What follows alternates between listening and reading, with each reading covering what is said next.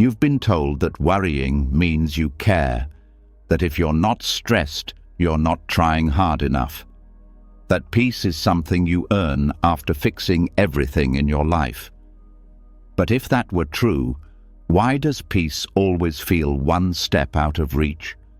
Why does the mind keep racing at night, even when nothing's wrong? Why does the heart feel heavy, even when everything looks fine on the outside? The truth is, worry isn't love. It's not responsibility, and it's definitely not strength. Worry is a habit, a storm the mind keeps replaying because it forgot what stillness feels like. But Buddhism remembers. For thousands of years, Buddhist wisdom has whispered what the modern world forgot. That peace is not something to chase. It's something that's already here, underneath all the noise. And tonight, as you listen, that noise will start to fade. The anxious loops will quiet down. The pressure to control everything will loosen its grip. And for the first time in a long time, you'll feel what it's like to rest in your own being without needing to solve anything. This isn't just a bedtime story. It's a doorway to freedom, to clarity, to a life where your mind no longer bullies your heart, a life without the weight of what if. As these teachings unfold, something inside you will shift. The knots will loosen, the breath will deepen, and the thoughts that used to shout will begin to whisper, then disappear altogether. You're not here to escape your thoughts. You're here to see through them, to remember who you were before the worrying began. So close your eyes. Let go of today. Let the stillness find you. Are you ready? Let's begin. And now, something begins to shift inside, as if the breath just found more room to stretch. The noise that usually runs the show, it's starting to quiet down. Not because the world changed, but because something deeper in you is starting to see clearly. This first lesson is the key that unlocks the gate.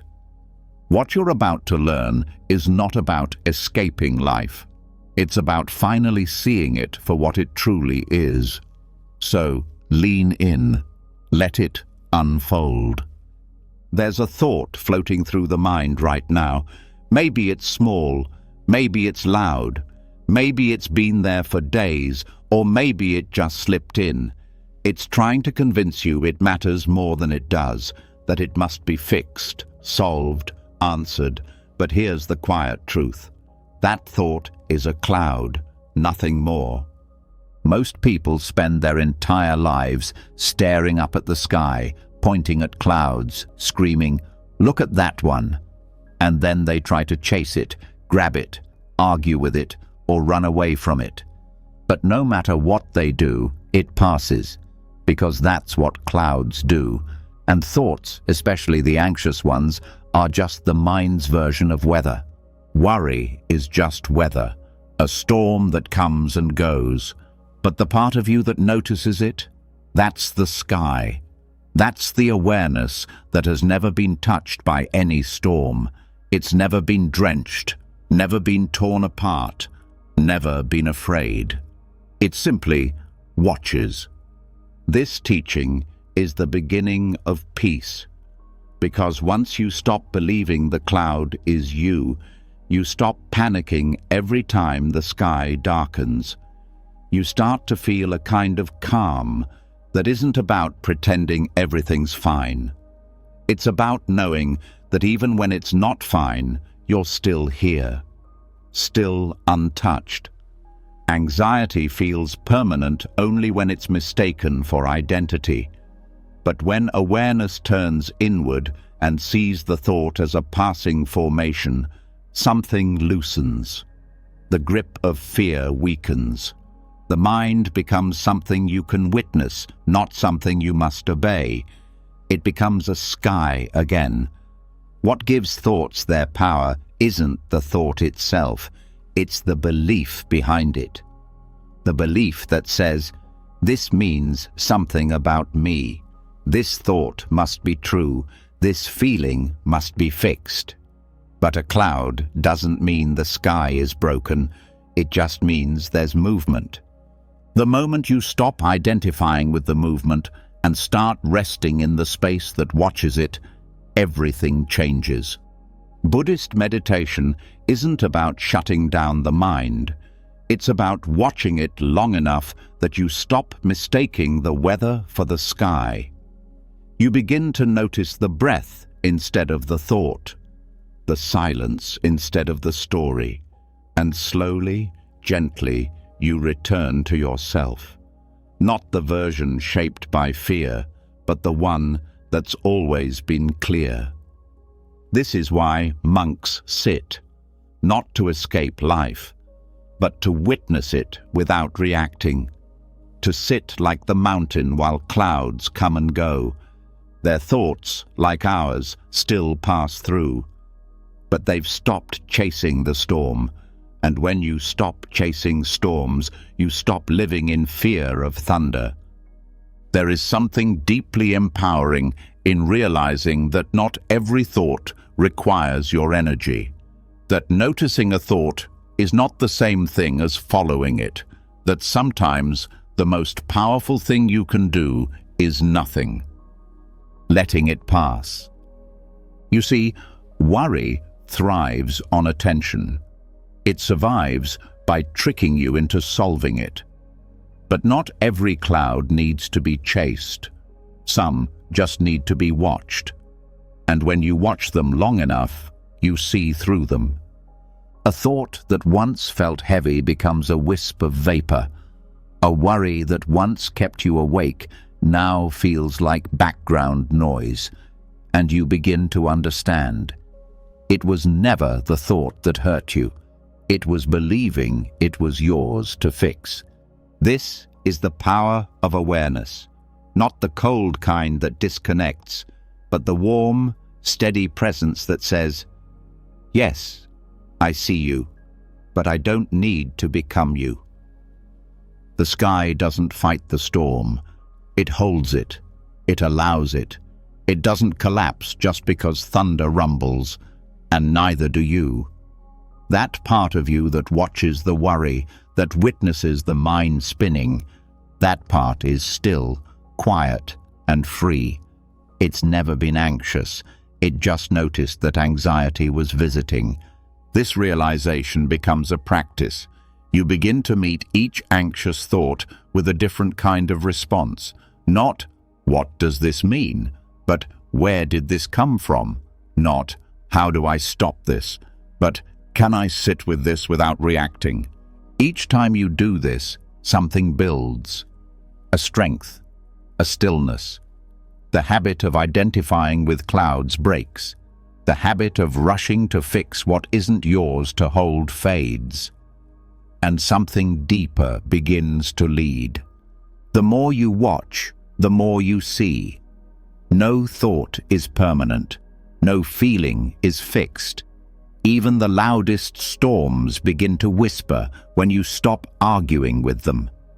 And then, without even trying, you find yourself breathing differently, deeper, slower, as if the body remembered something the mind forgot. You are not here to be a fixer of thoughts. You are not here to win a war with worry. You are here to remember the sky, to rest in the stillness that watches the passing storm. Worry isn't a failure. It's just a cloud, a habit, a pattern, one that gained power from being taken too seriously for too long. But seriousness dissolves in the presence of awareness. When you smile at a cloud, it loses its grip. This isn't denial. This isn't avoidance. This is clarity.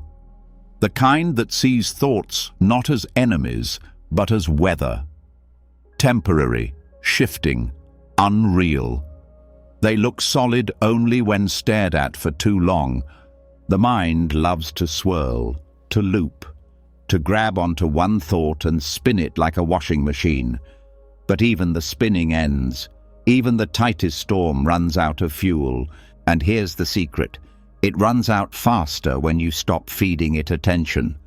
Worry is sustained by engagement, by the mental rehearsals, the internal arguments, the obsessive preparation for things that haven't happened. But what if you didn't follow the rehearsal?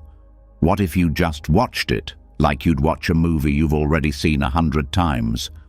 That's how worry loses power.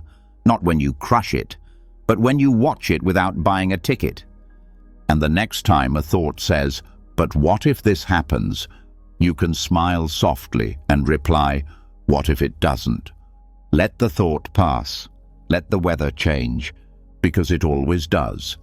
And if you sit long enough, breathe slow enough, and notice gently enough, you'll realize there's a sky in you that never left. A place untouched by all this thinking.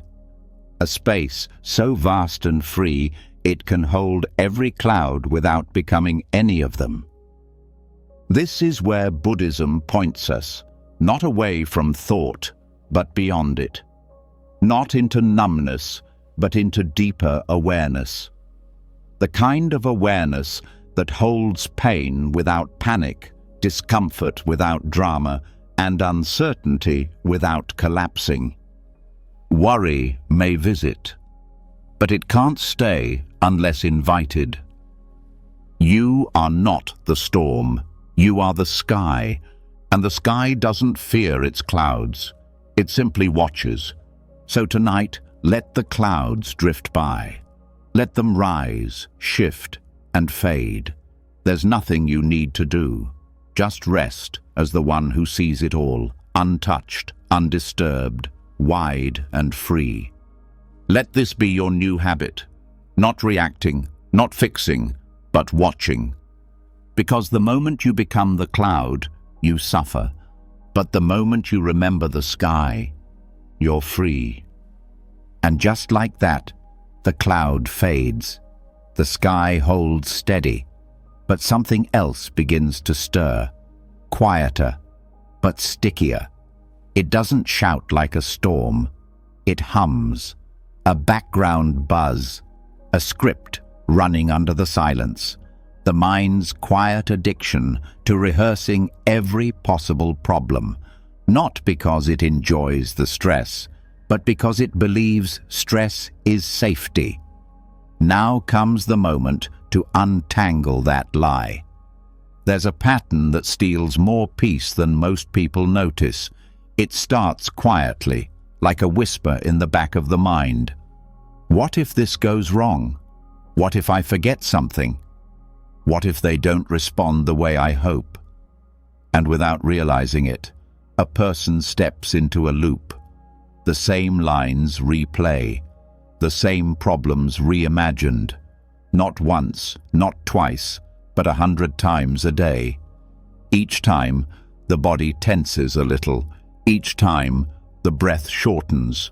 Each time, peace slips further away.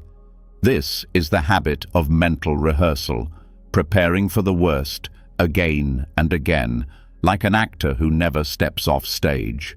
The show is endless. The spotlight never fades. But the audience? It's just the mind watching itself, trapped in its own performance. Buddhism doesn't shame this habit. It understands it. The mind rehearses not because it's broken, but because it's trying to stay safe. It learned somewhere along the way that control feels like protection, that thinking things through in advance might prevent disaster, that scanning for problems is the same thing as solving them. But it's not. Scanning only creates more noise, and what begins as caution quickly turns into a prison. The prison has no bars, only thoughts. Repetitive, recycled, exhausting thoughts. Thoughts that say, if I don't prepare, I'll suffer. But the truth is, the suffering is already happening, right now, in the preparation. And the moment this is seen clearly, the bell can ring. In Zen, a bell isn't just a sound, it's a teaching. It cuts through noise with pure presence. One ring and everything stops. Not because a problem was solved, but because silence broke the loop. The bell doesn't fix the mind, it frees it. The same way thoughts repeat, the body begins to carry the echo. A subtle tension in the chest, a restlessness in the stomach, a tiredness that sleep can't fix. This is the residue of living in tomorrow, of rehearsing what hasn't happened, of giving energy to stories that never arrive. Buddhist practice points to the doorway out, not through control, but through presence. Not through thinking more efficiently, but through letting the thought end. This isn't passive, it's powerful. To notice the thought, thank it, and not follow it. Each time the rehearsal begins again, there's a choice. Join the play, or let the curtain fall.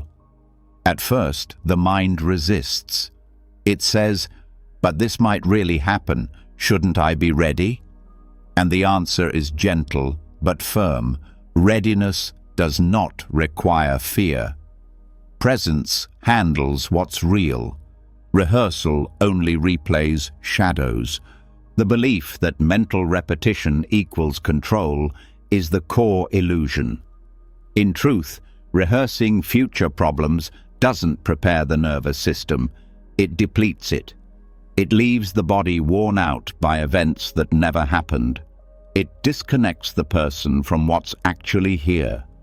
Life becomes a mental simulation, one where the main character is always anxious, even when nothing is wrong. To break this, Buddhism offers a practice as simple as it is profound. Let the bell ring out. Let the thought complete itself. Let it say what it needs to say. And then don't respond. Don't negotiate with it. Don't debate it. Just bow. Like a monk bows to a bell, and return to silence. This silence isn't absence. It's a presence so full, the mind no longer needs to fill it. In that fullness, fear finds no place to root.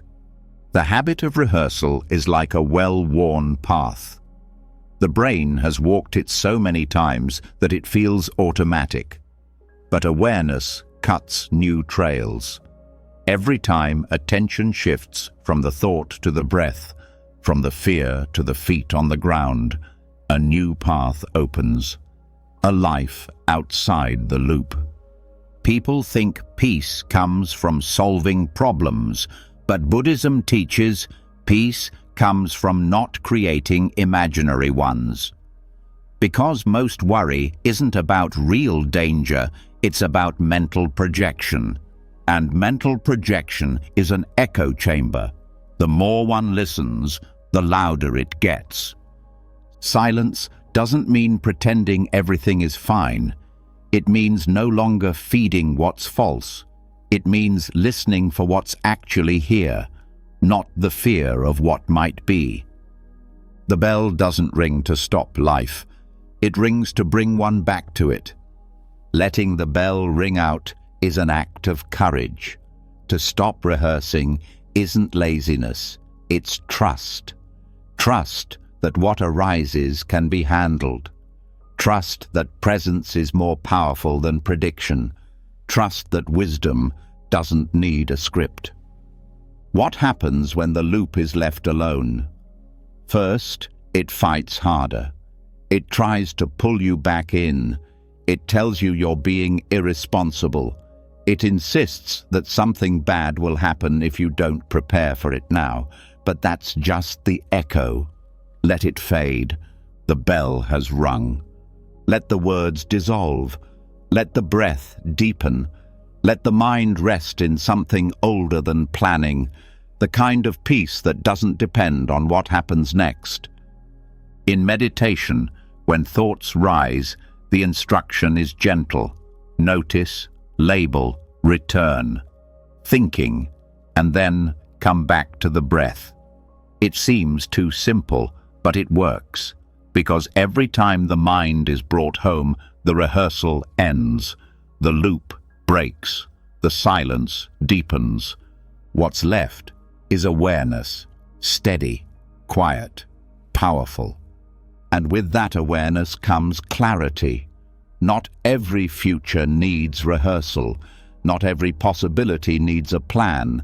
Some things unfold better without interference. Some of life's most beautiful moments arrive unannounced, unprepared, and perfectly timed. The more the bell is honored, the more the habit weakens. And one day, a thought rises, an anxious whisper, and instead of following it, there's a pause. And in that pause, a choice. And in that choice, freedom. This is how worry loses its throne. Not by removing every danger, but by stopping the worship of it. There will always be things unknown, always things out of control. But peace was never found in the knowing, it was found in the returning. Let this become the new rhythm. A thought rises, a breath deepens, a bell rings. No panic, no chase, just presence. There's a silence inside you right now that holds more wisdom than 1,000 mental rehearsals. Listen to it. Let it guide you. Let it be louder than the fear. And when the thought comes again, and it will, greet it like a bird on a branch. See it, smile, and let it fly away. Because the bell has already rung. The scene has ended, and you are free. And so the bell rings, not once, but forever. Because the moment the rehearsal stops, the silence becomes a teacher. But what comes next is more subtle, deeper. It's not the loop of thought that haunts now. It's the question underneath it. The quiet ache that asks, why is this happening? What if I never find peace? What am I supposed to do with this life? Not loud, not sharp, just persistent. This is where the mind stops spinning and starts searching, not for survival, but for answers. And this is where Buddhism offers a different kind of wisdom. Not more answers, but a doorway into freedom through not knowing. There is a kind of suffering that doesn't scream, it lingers. A kind that isn't born from pain, but from the need to make sense of pain. The need to wrap life in a conclusion, to reach some final mental finish line that says, "Ah, now I understand." But what if that line doesn't exist? Most people are addicted to understanding, to solving life like a riddle. But some questions weren't meant to be solved. Some were meant to dissolve. The mind, when anxious, seeks clarity not as a luxury, but as a lifeline. It grabs at explanations, theories, scenarios. It digs through the past, fast-forwards through the future, and pulls everything into its spotlight. The belief is simple. If I could just understand this, I could finally be free. But more often than not, the hunt for answers doesn't end the worry. It feeds it. This is where Buddhist insight steps in like a calm wind through a locked room. What if the answer isn't coming because there's nothing to figure out? What if peace isn't hiding behind clarity, but behind the surrender of needing it? The most dangerous thoughts don't scream, "I'm scary." They whisper, "Figure me out." But in Buddhism, there's a saying, drop the hot coal. If thinking burns, release it, not because it's wrong, but because it no longer serves. Letting go of the need to answer is not giving up, it's waking up. A person can spend years asking, "What's wrong with me? What if I made the wrong choice? Why did this happen? And no answer comes that satisfies for long. Even when answers do arrive, they age quickly. Doubt returns, and the loop begins again. This is not clarity. It's obsession in disguise. True clarity doesn't arrive as a thought. It arrives as a silence that no longer needs the thought. Some of the most powerful teachings in Buddhism begin with paradox. Questions like, who is it that suffers? Or, what is the sound of one hand clapping?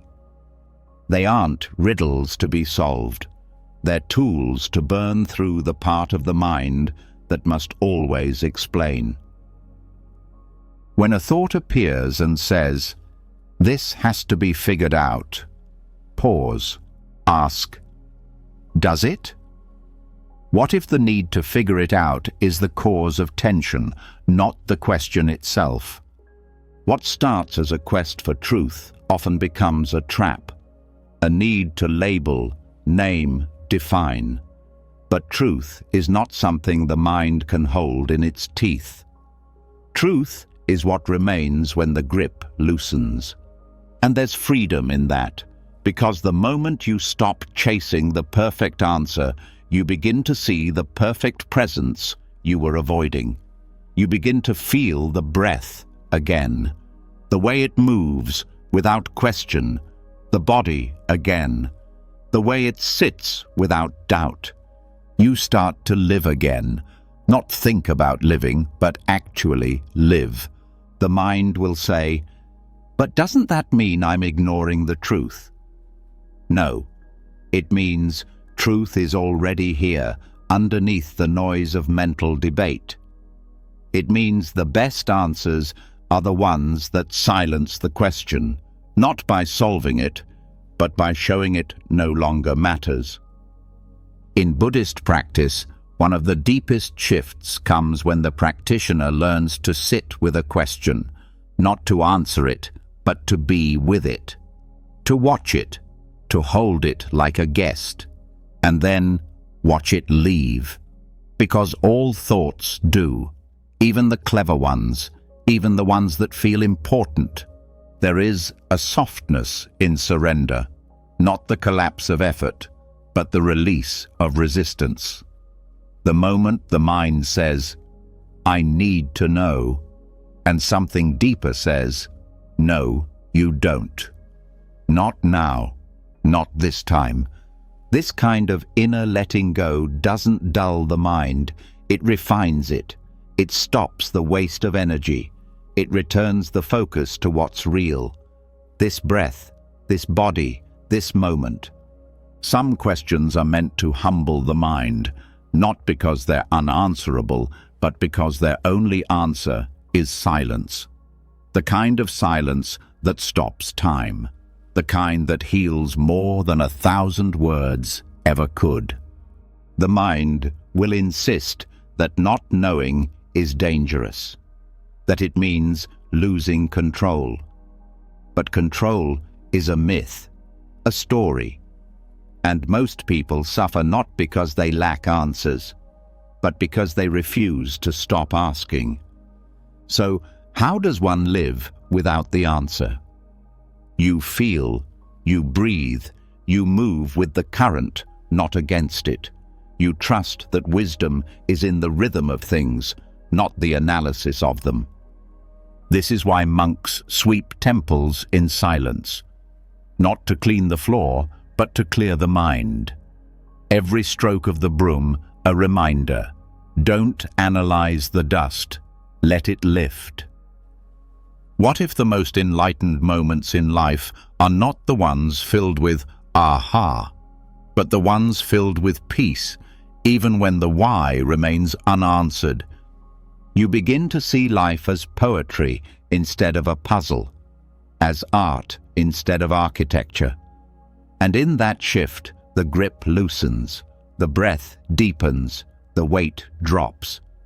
The Dharma of no answer is not a resignation, it's a revelation.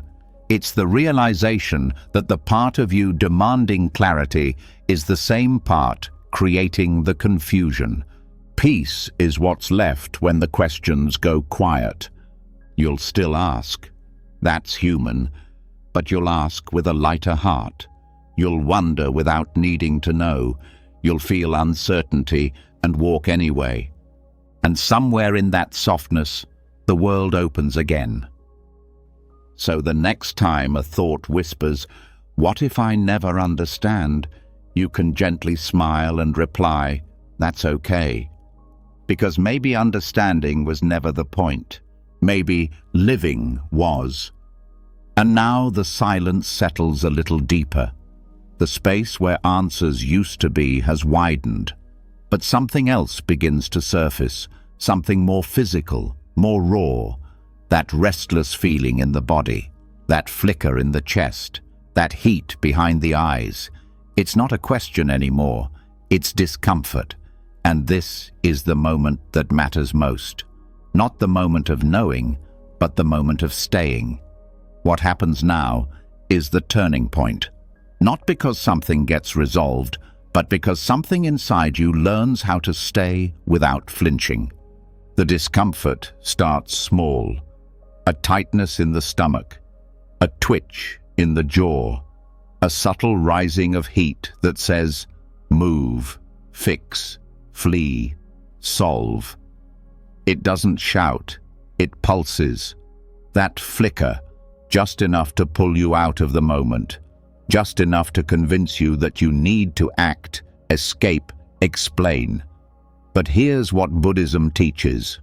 That flicker is not the enemy, it's the training ground. Most people have been taught to escape discomfort.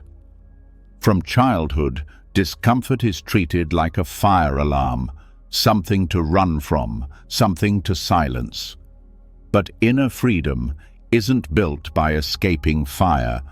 It's built by learning to sit near it without getting burned. The flicker is not danger. It's energy, it's emotion, it's sensation. And the more you chase resolution, the more you train the nervous system to believe something is wrong. But nothing is wrong. You're just feeling. Discomfort becomes a problem only when the mind labels it that way. In truth, it's a signal, an invitation to expand, to build the capacity to stay present without needing the moment to be different. This is the emotional muscle Buddhism points to, not the strength to fight, the strength to sit when the answer doesn't come, to sit when the breath feels short, to sit when the mind says leave, but the soul says stay. Because every time you stay, the flicker flickers less. The panic starts to shrink. The body learns something new. Discomfort, left alone, resolves itself. Not by force, not by logic, by space. When you stop trying to fix it, you start allowing it. And what's allowed softens. But this isn't easy. That's why it's a practice. At first, the flicker feels unbearable, like heat under the skin. The impulse to escape is strong, but if you stay with it, just 5 seconds longer than before, something opens. A breath deepens, a thought passes, and for a brief second, you taste peace without resolution. The strength is not in calming the body instantly. It's in making space for it to calm itself. Each time you sit with discomfort, you teach the body a new rhythm, a slower pace, a new baseline. And the baseline changes everything. Because once discomfort no longer triggers panic, the mind stops needing to control every detail. That's how worry starts to die, not by becoming fearless, but by becoming familiar with fear. By noticing the flicker and saying, I see you, you're allowed here, but you don't get to run the show. And when you don't feed the flicker, it settles. Like water after a stone is thrown, it finds stillness again. This is the root of emotional maturity, not having no reactions, but building enough room inside you to hold them. Discomfort is not a sign of failure, it's a sign of life. And learning to be with it without rushing toward relief, that is the doorway to resilience. The mind is addicted to comfort. It wants relief the moment discomfort shows up. But relief is not freedom. It's a short-term fix. It doesn't build strength. It just resets the pattern. Freedom comes from stretching what you're able to feel without breaking. Every monk, every teacher, every enlightened being has sat with discomfort, not just in meditation, but in life. They've felt hunger, restlessness, grief, frustration. They didn't transcend these things by avoiding them. They became intimate with them. And in that intimacy, the fear disappeared. You begin to see discomfort not as a wall, but as a mirror. It shows you where you still run, where you still grasp, where you still reject yourself. But the mirror isn't there to shame you. It's there to welcome you home. The flicker is the doorway to presence, because it brings you into the body, into the breath, into this moment. It's the bell ringing again, pulling you out of the mental loops into direct experience. And here's the secret. The flicker never lasts as long as the fear of it does. The thought says, "I can't feel this. It's too much." But when you feel it fully, without fighting, it moves, it changes, it softens, and that softening rewires everything. You begin to live less reactively. You begin to choose your response. You stop defaulting to escape. This is what Buddhist teachers mean when they say, make friends with your mind. They don't mean agree with it. They mean stop running from it. Make friends with the flicker. Sit next to it like a companion. Let it tell its story, but don't get pulled into the drama. Stay rooted, stay soft, because the flicker is just energy. It's not personal. It's not proof of failure. It's not something to apologize for. It's just the body remembering how to hold the heat of life. You learn to breathe through it. Not shallow breath, the real kind. The kind that touches the bottom of your ribs and tells the body, you're safe. I'm still here. This builds trust. Not the kind you think about, the kind you feel in your bones. And that trust becomes the foundation of everything else. It's not about never getting overwhelmed. It's about recognizing when it happens and choosing not to add fuel to it. Discomfort isn't your enemy, it's your teacher. And if you stay with it long enough, you begin to see. It's not that you were fragile. You were just never taught how to sit still with the storm. Now you are, and with every moment you stay, the storm gets quieter. So when discomfort arises next time, don't rush to fix it. Don't label it. Don't ask how long it will last. Just sit and let it flicker. Because flickers don't burn down forests. But panic can, and you're learning to stay steady. And now that you've learned to sit with the flicker, without chasing relief, without rushing toward escape, something deeper becomes possible. With stillness comes vision. With vision, clarity. But clarity isn't always comforting at first, because what you're about to see isn't what's happening right now. It's what the mind has layered over reality. Old stories, outdated beliefs, invisible scripts that have been running for years. And now, with quiet awareness, those layers begin to reveal themselves, one by one. Most people aren't reacting to the moment. They're reacting to the story they've attached to it. And that story isn't always theirs. It's inherited, absorbed, passed down from voices long gone, from parents, teachers, culture, even childhood memories that the mind turned into lifelong truths without permission. These stories run quietly, like background music, but they control so much.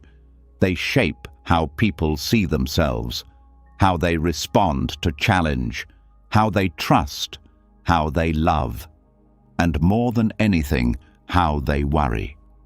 Worry is rarely about the present moment. It's about a story, one that says, "I'm not ready, I'll mess it up. Something always goes wrong. I don't deserve peace, I'll never get it right." These aren't facts. They're dust on the mirror. And Buddhism teaches how to clean the mirror, not by scrubbing at the world, but by seeing through the dirt of the mind. This is not about erasing the past. It's about seeing it for what it is, past. The stories the mind clings to are not your fault, but they become your responsibility the moment you realize they're still in control. One of the most powerful teachings in Buddhism is the concept of delusion, not in the dramatic sense, but in the subtle way the mind misinterprets what it sees. It believes a single event defines the whole self. It believes one opinion is the truth. It believes a thought, repeated enough, becomes real. But just because something feels true doesn't mean it is.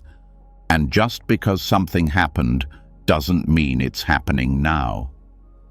Mental clarity begins the moment you start questioning the narrative. That moment you pause and say, "Whose voice is this? Who taught me this was true? What if I no longer agreed with this version of me?" The mirror starts to clear. The mind, when left unexamined, becomes a storyteller. And it doesn't write happy endings.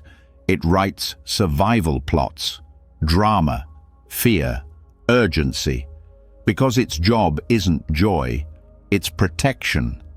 But when protection becomes paranoia, the story starts to hurt more than it helps. That's when you know it's time to wake up. False narratives aren't just ideas, they're habits. Habits of thought, habits of identity. I'm the anxious one. I always overthink. I'm the one who gets left. I'm not like them. These aren't identities. They're grooves in the mind, and grooves can be rewired. How? Not through force, through presence. The next time an anxious thought arises, try this. Don't fight it. Don't follow it. Ask where it came from. What belief is underneath? What fear is fueling it? Trace it back. Not with judgment, with curiosity. You might find that the fear is ancient, that it came from a version of you that no longer exists, a scared child, a shamed teenager, a confused adult, a moment frozen in memory but still being played like a movie reel. That moment has shaped a narrative, but it doesn't have to shape your life. Buddhism teaches that identity is fluid, not fixed, not final. The self is not a concrete thing, it's a process, a flowing stream of experiences and reactions and memories. And if the self is fluid, then so are the stories. You are not stuck with them. You can see through them. You can rewrite the script, not with words, but with stillness. When the mirror is dusty, it's easy to mistake the dirt for the reflection. But once the dust is seen for what it is, the reflection returns, clear, honest, untouched. And here's the most powerful thing.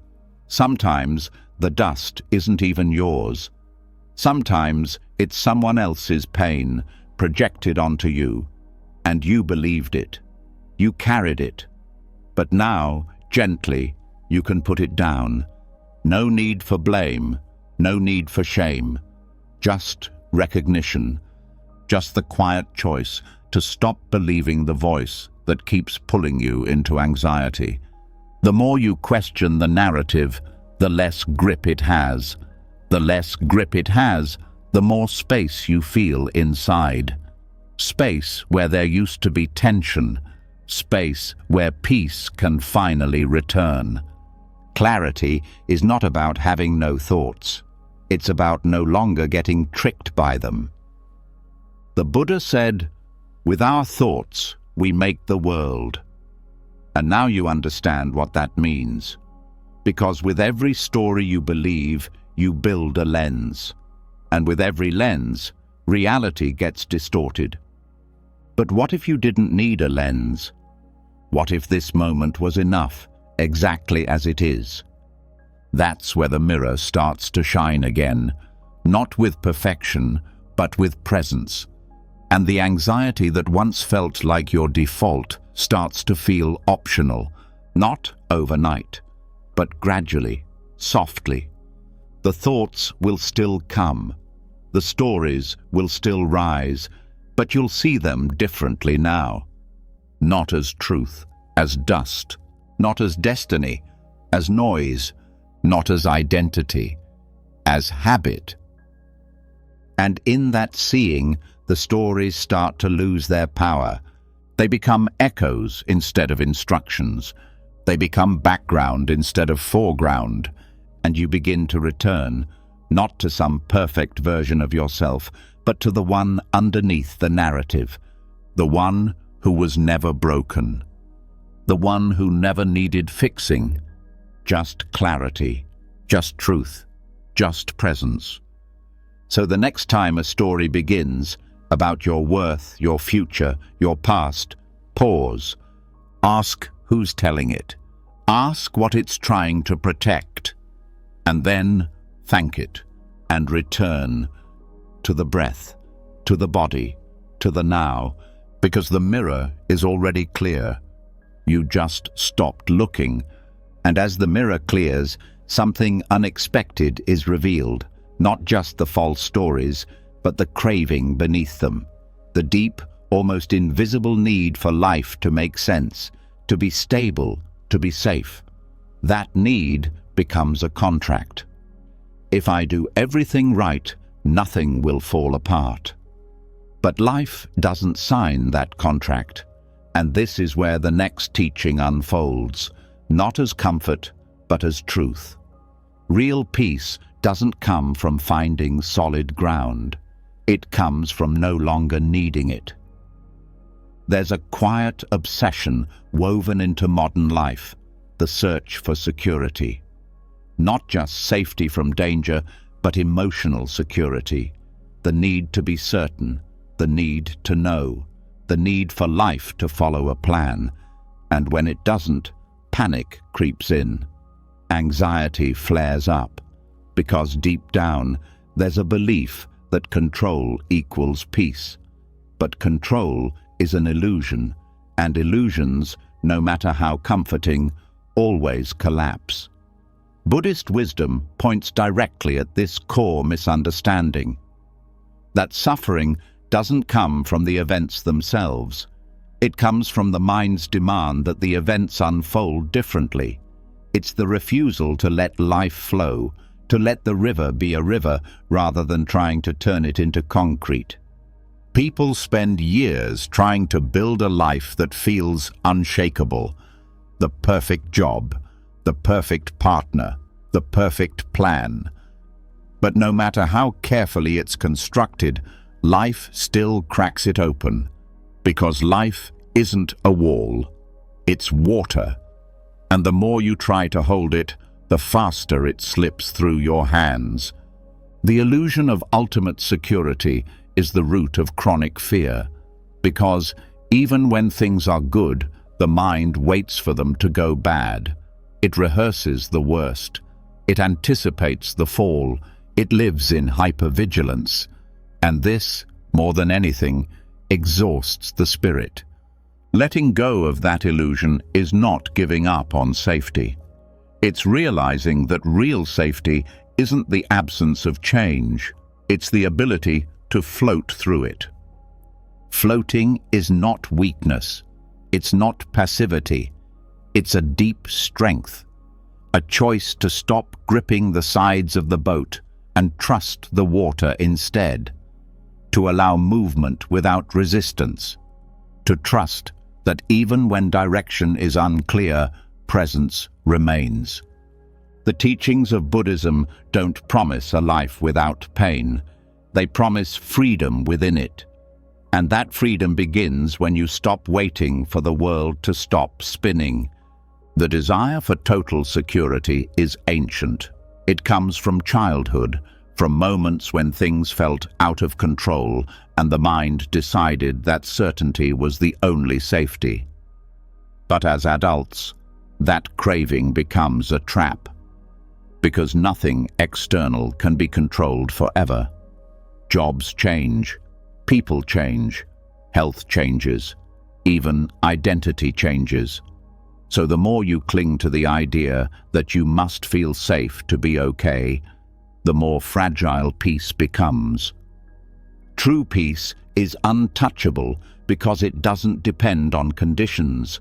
It's not found in the environment. It's found in the decision to float with life instead of fight it.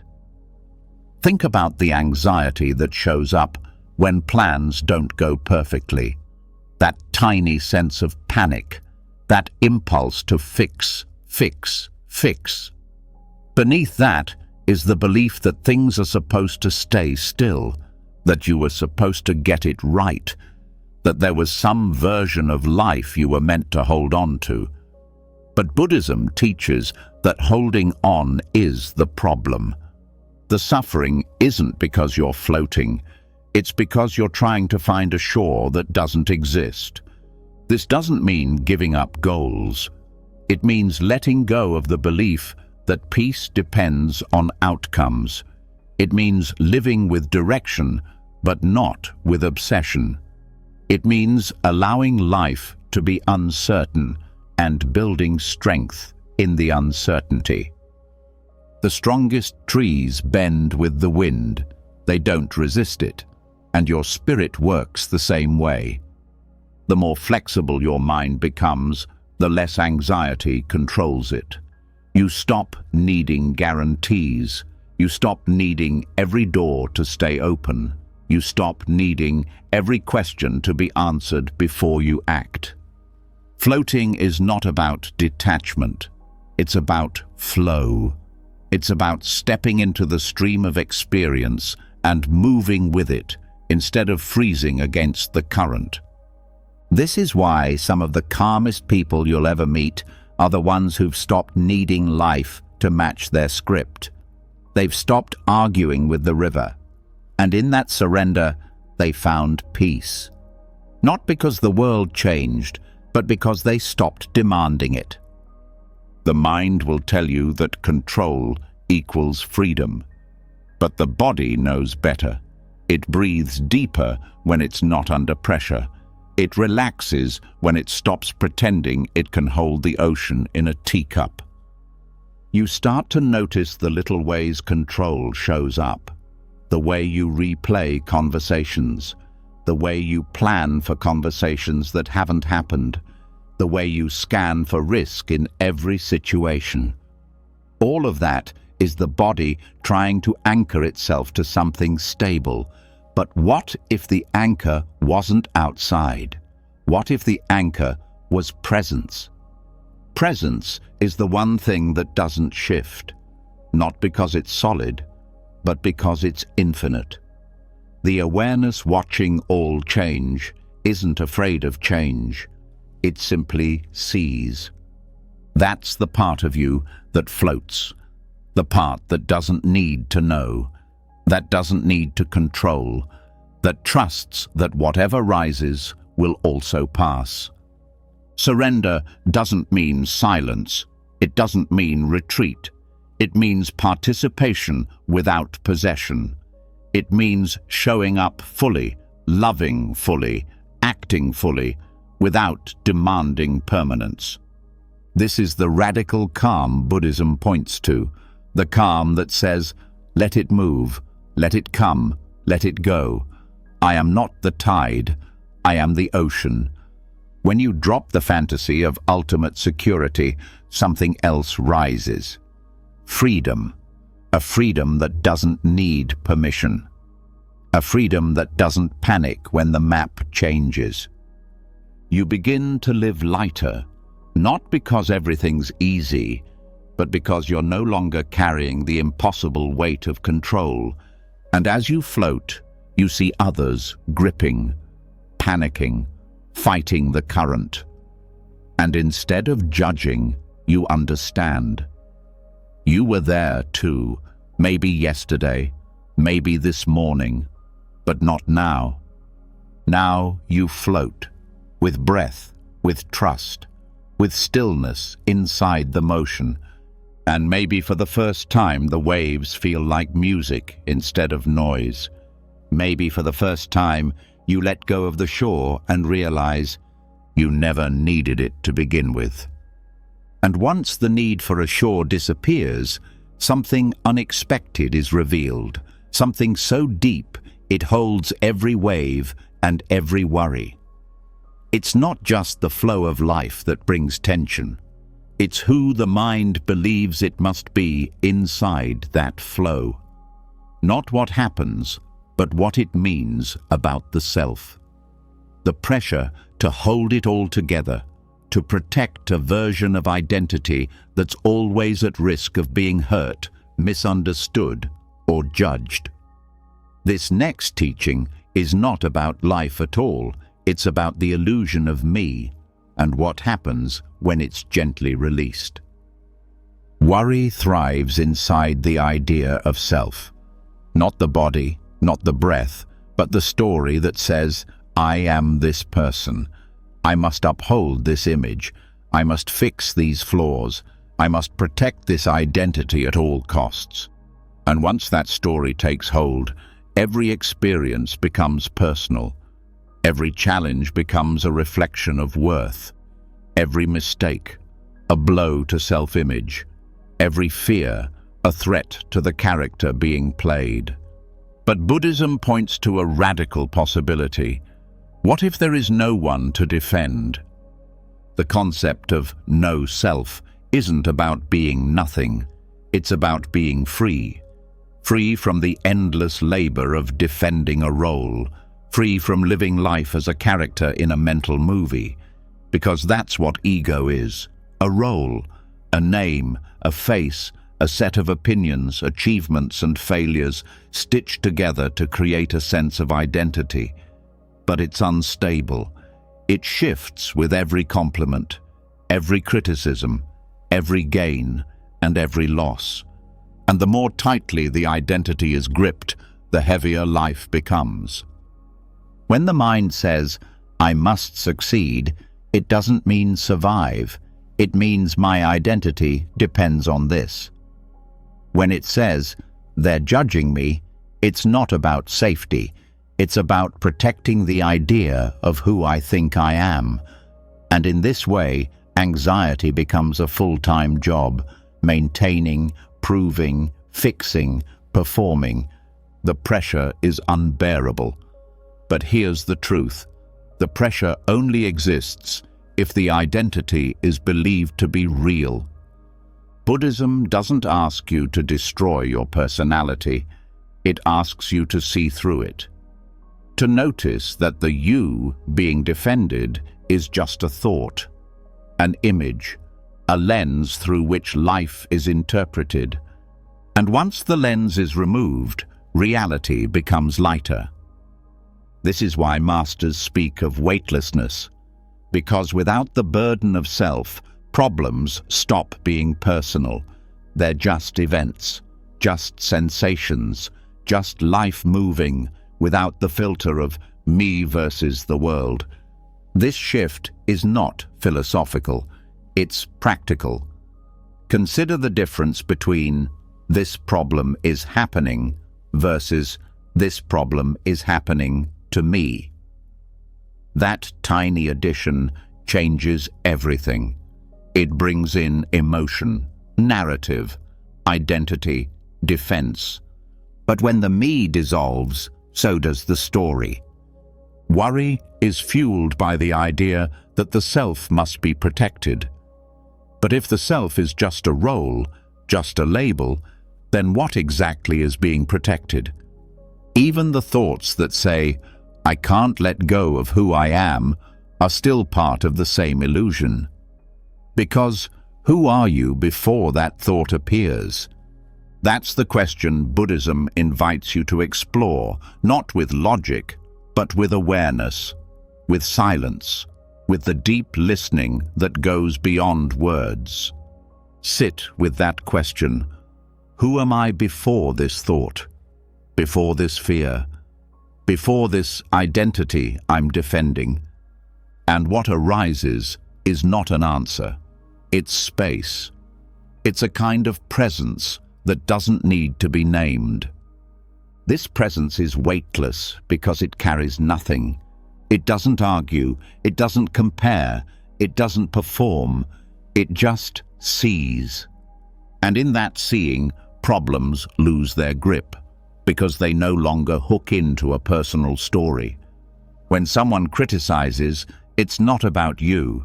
It's about sound, tone, expression. When a plan fails, it's not about your worth. It's about conditions changing. When fear rises, it's not proof of weakness. It's just energy moving through the body. Without identity, everything is just happening, like weather, like wind. And just like that, worry starts to evaporate. This doesn't mean apathy. It doesn't mean disconnection.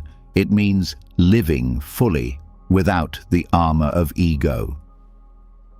It means being able to feel everything, without turning every feeling into a statement about who you are. It means being sad without being a sad person.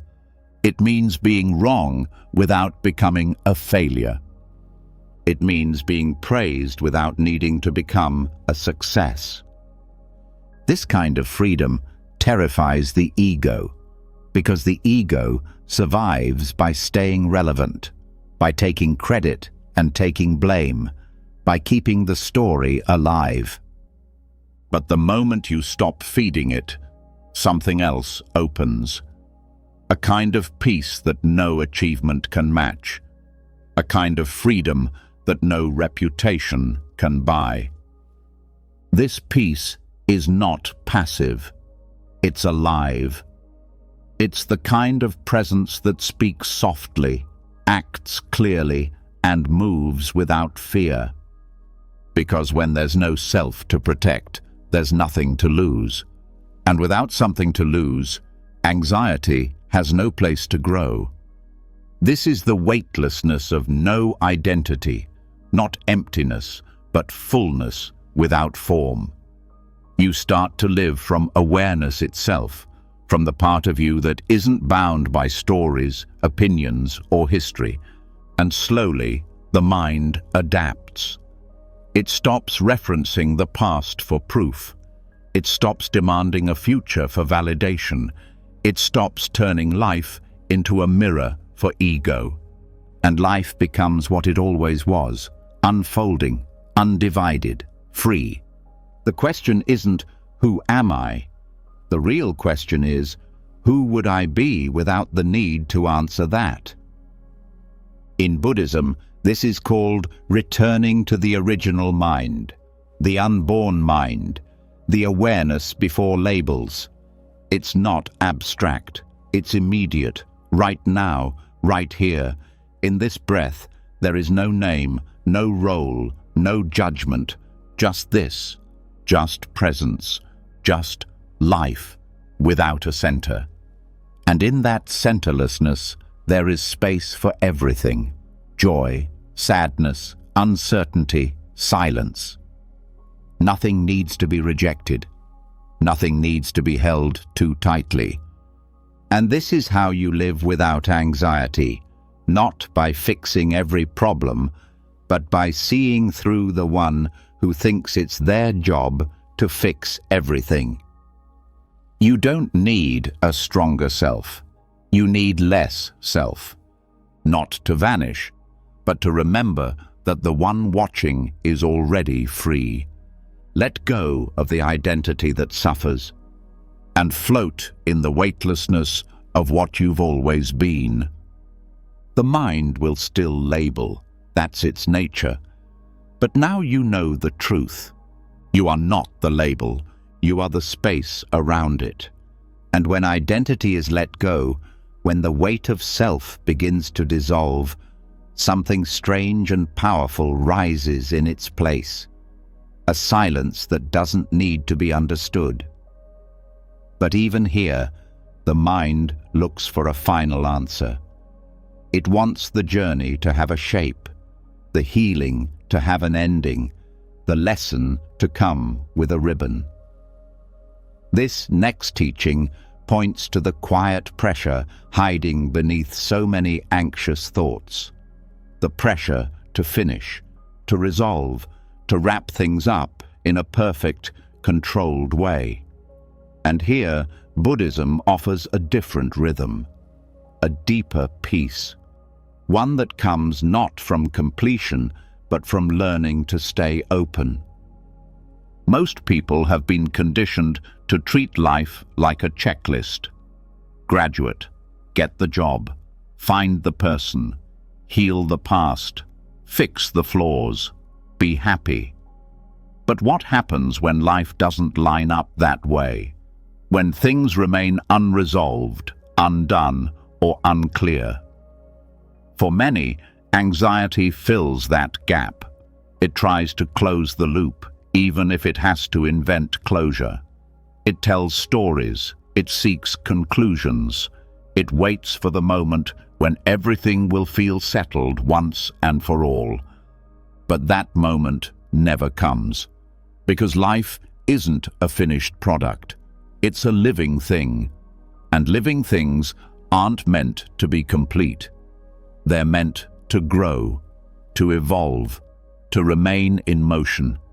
The craving for completion creates suffering because it teaches the nervous system that unfinished means unsafe, that not knowing equals danger, that if something is left hanging, something is wrong.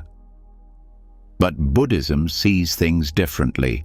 It teaches that peace does not come from perfect endings. It comes from no longer needing them. The obsession with closure is the mind's way of feeling in control. But control, as we've seen, is not peace. It's tension. It's the constant effort to shape reality into a story with neat edges. But real life doesn't operate that way. Conversations end awkwardly. Relationships fade without explanation. Plans fall apart mid-sentence. Healing doesn't follow a timeline. Growth happens in spirals, not straight lines. And when we learn to stay with what's incomplete without trying to fix it, something remarkable unfolds.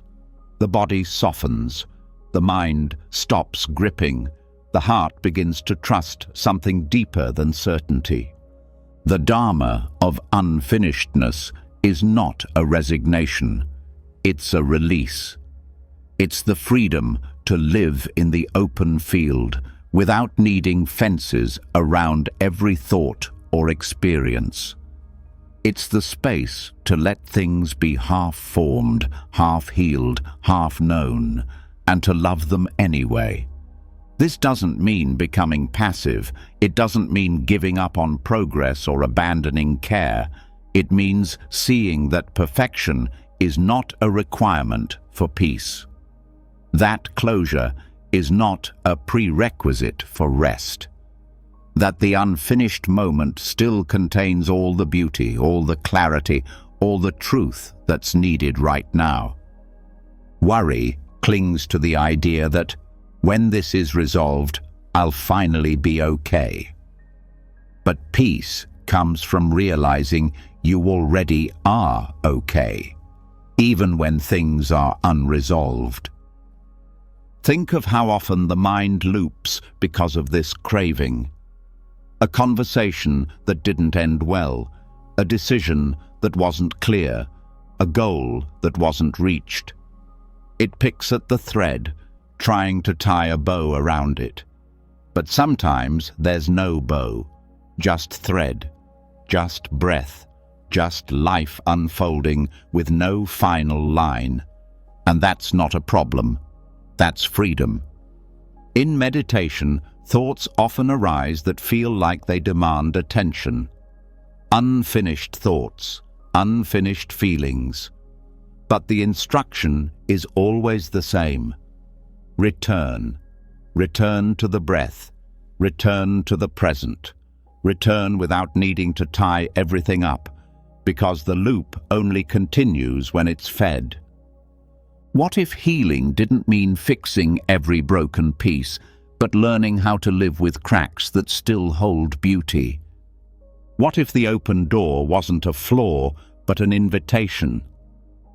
Buddhism teaches impermanence not just as an idea, but as a way of seeing.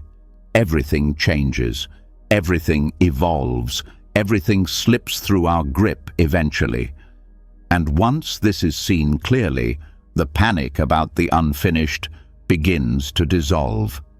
Because what's unfinished today might open tomorrow, or it might not. But life still flows. The most peaceful people aren't the ones who've resolved everything.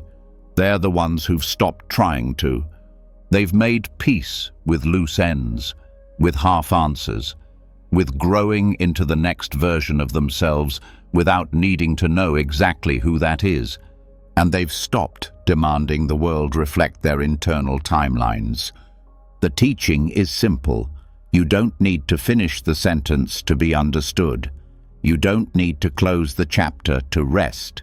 You don't need to solve the puzzle to be whole. Anxiety often pretends to be ambition. It says, I just need to finish this so I can relax. But every time something is finished, something new appears. The rest is always out of reach, until you stop chasing it. Then, without effort, rest arrives. Because rest was never about completion. It was about presence. The deeper practice is staying open in the unfinished moment, not knowing how it ends and still choosing to show up, not needing clarity and still offering compassion, not having all the answers and still breathing deeply. Some of the most profound spiritual realizations come when something unresolved is finally accepted, not solved. When the heart opens around what hurts, instead of trying to patch it. This is not weakness. This is strength of a different kind. A soft, steady strength that says, I don't need life to make sense in order to live it. The Buddha did not say, life must be perfect.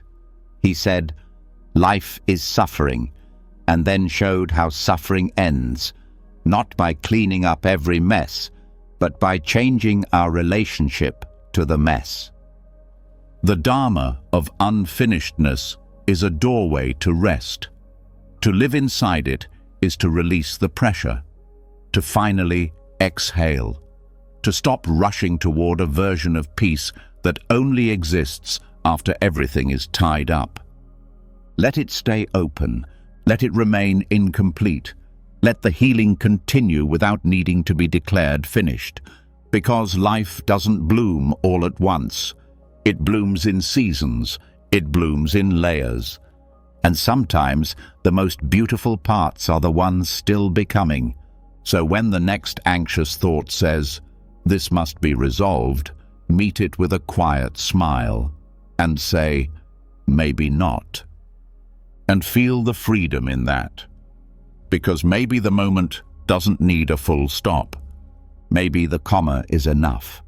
And just as the unfinished is accepted, as the comma becomes enough, a subtle pressure lifts. But underneath that space, something else reveals itself, quieter but older. A tension that often hides behind every anxious plan, every mental loop, every search for control. It's not logic, it's not story, it's fear, not of what has happened, but what might. The kind that shows up in the background of thoughts, whispering warnings, creating shadows out of nothing. And now comes the next teaching, one that empties fear of its illusion and shows what's truly there when we stop believing in its shape.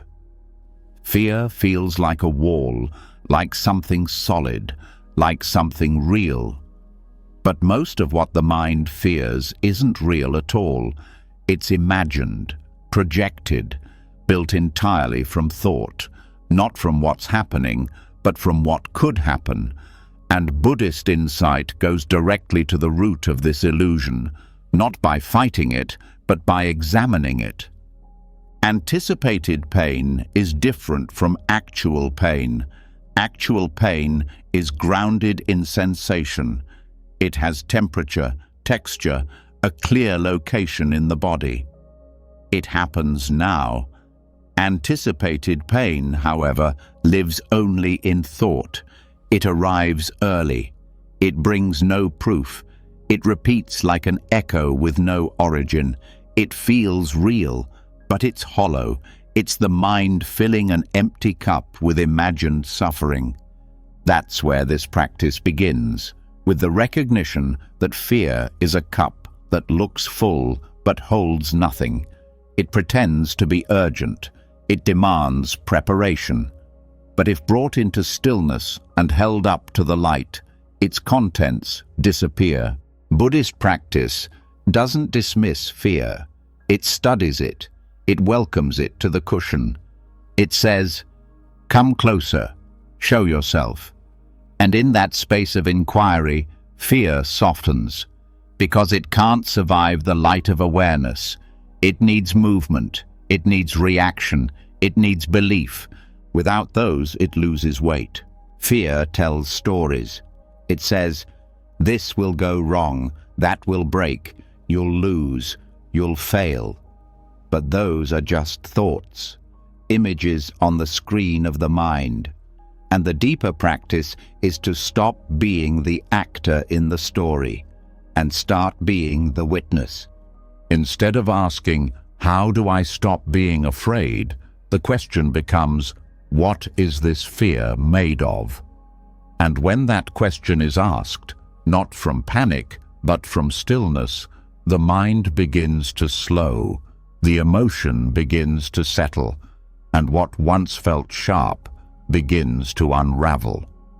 Fear, when met with curiosity instead of resistance, reveals its own emptiness. Buddhist visualization helps guide this process, not to escape the fear, but to see through it. Picture the thought that's generating fear, a worst-case scenario, a painful memory, a looming possibility. Then hold that image gently in the mind. Don't push it away. Let it stay. Now breathe. And with every exhale, ask the body, "Where is the pain?" Not the imagined one, the real one, the one that's here right now. Most of the time, it isn't there. There's tension, maybe, a tight chest, a racing heart, but not the catastrophe the mind was convinced was real. That's the gap. That's the insight. The mind believes it's preparing for reality, but it's reacting to thought. And thoughts can't hurt you unless you believe them without question. This is where meditation becomes medicine. Not because it calms you down, but because it trains you to look directly at the structure of fear. It trains you to ask, is this happening? Or is this just thought pretending to be a threat? The fear of loss, for example, often comes before anything is lost. The fear of failure arrives before anything has been attempted. The fear of being judged shows up even when no one is watching. It's all rehearsal, all projection, and all of it dissolves when seen clearly. The truth is, fear doesn't come from danger. It comes from disconnection, from believing the mind over the moment. When awareness returns to the body, fear loses its fuel. When the breath deepens, the story starts to blur. And when you stop feeding the fear with attention, it begins to fade, like a mirage that looked like water from far away, but was always just heat on the road. This doesn't mean you stop feeling fear. It means you stop mistaking it for prophecy. You stop letting it control your actions. You stop building your identity around it. Because once fear is recognized as hollow, it can no longer run the show. In Buddhism, there's a story about a monk walking through the forest at night. He hears a rustle. His heart races. His mind screams, "Snake!" He freezes. But when the moonlight shifts, he sees it's only a rope. The panic vanishes. The snake was never real, only the belief was. This is how fear works. It shows you a rope and calls it danger. It fills the body with chemicals, thoughts, images, and commands. But the moment awareness steps in, the illusion breaks. Not through force, but through seeing. You don't need to argue with fear. You just need to see what it's made of. It's just thought. Just projection. Just a hollow cup, pretending to be full. And this realization isn't abstract. It's deeply physical. The more often you sit with fear without obeying it, the more the body learns a new response. Less panic, more breath, less reaction, more space. That space is what Buddhism calls freedom. Not freedom from all difficulty, but freedom from false beliefs. The belief that fear must mean truth. The belief that preparation prevents pain. The belief that imagining the worst keeps you safe. These are habits, old mental patterns, and they lose power the moment you stop feeding them. This is what fear cannot survive, non-participation. The moment you stop rehearsing, the performance ends. The moment you stop reacting, the nervous system begins to recalibrate, and the fear that once felt heavy becomes just another thought passing through. You are not the fear. You are the awareness behind it. You are not the prediction. You are the presence that sees. So, when fear rises, don't fight it. Turn toward it. Ask, is this happening, or am I imagining it? And let that question bring you home, home to your breath, home to your body, home to this moment where fear has no substance, only suggestion. Let the cup be empty. Let the thought pass through, and let the silence return. And once fear's illusion is exposed, once the empty cup is seen for what it is, another question naturally arises. If fear cannot be fought, if anxiety cannot be reasoned with, then how do we truly move past it? This is where the mind often stiffens, believing that letting go means giving in, that surrender means weakness, that peace comes from conquering. But Buddhism points to something far more subtle and far more powerful.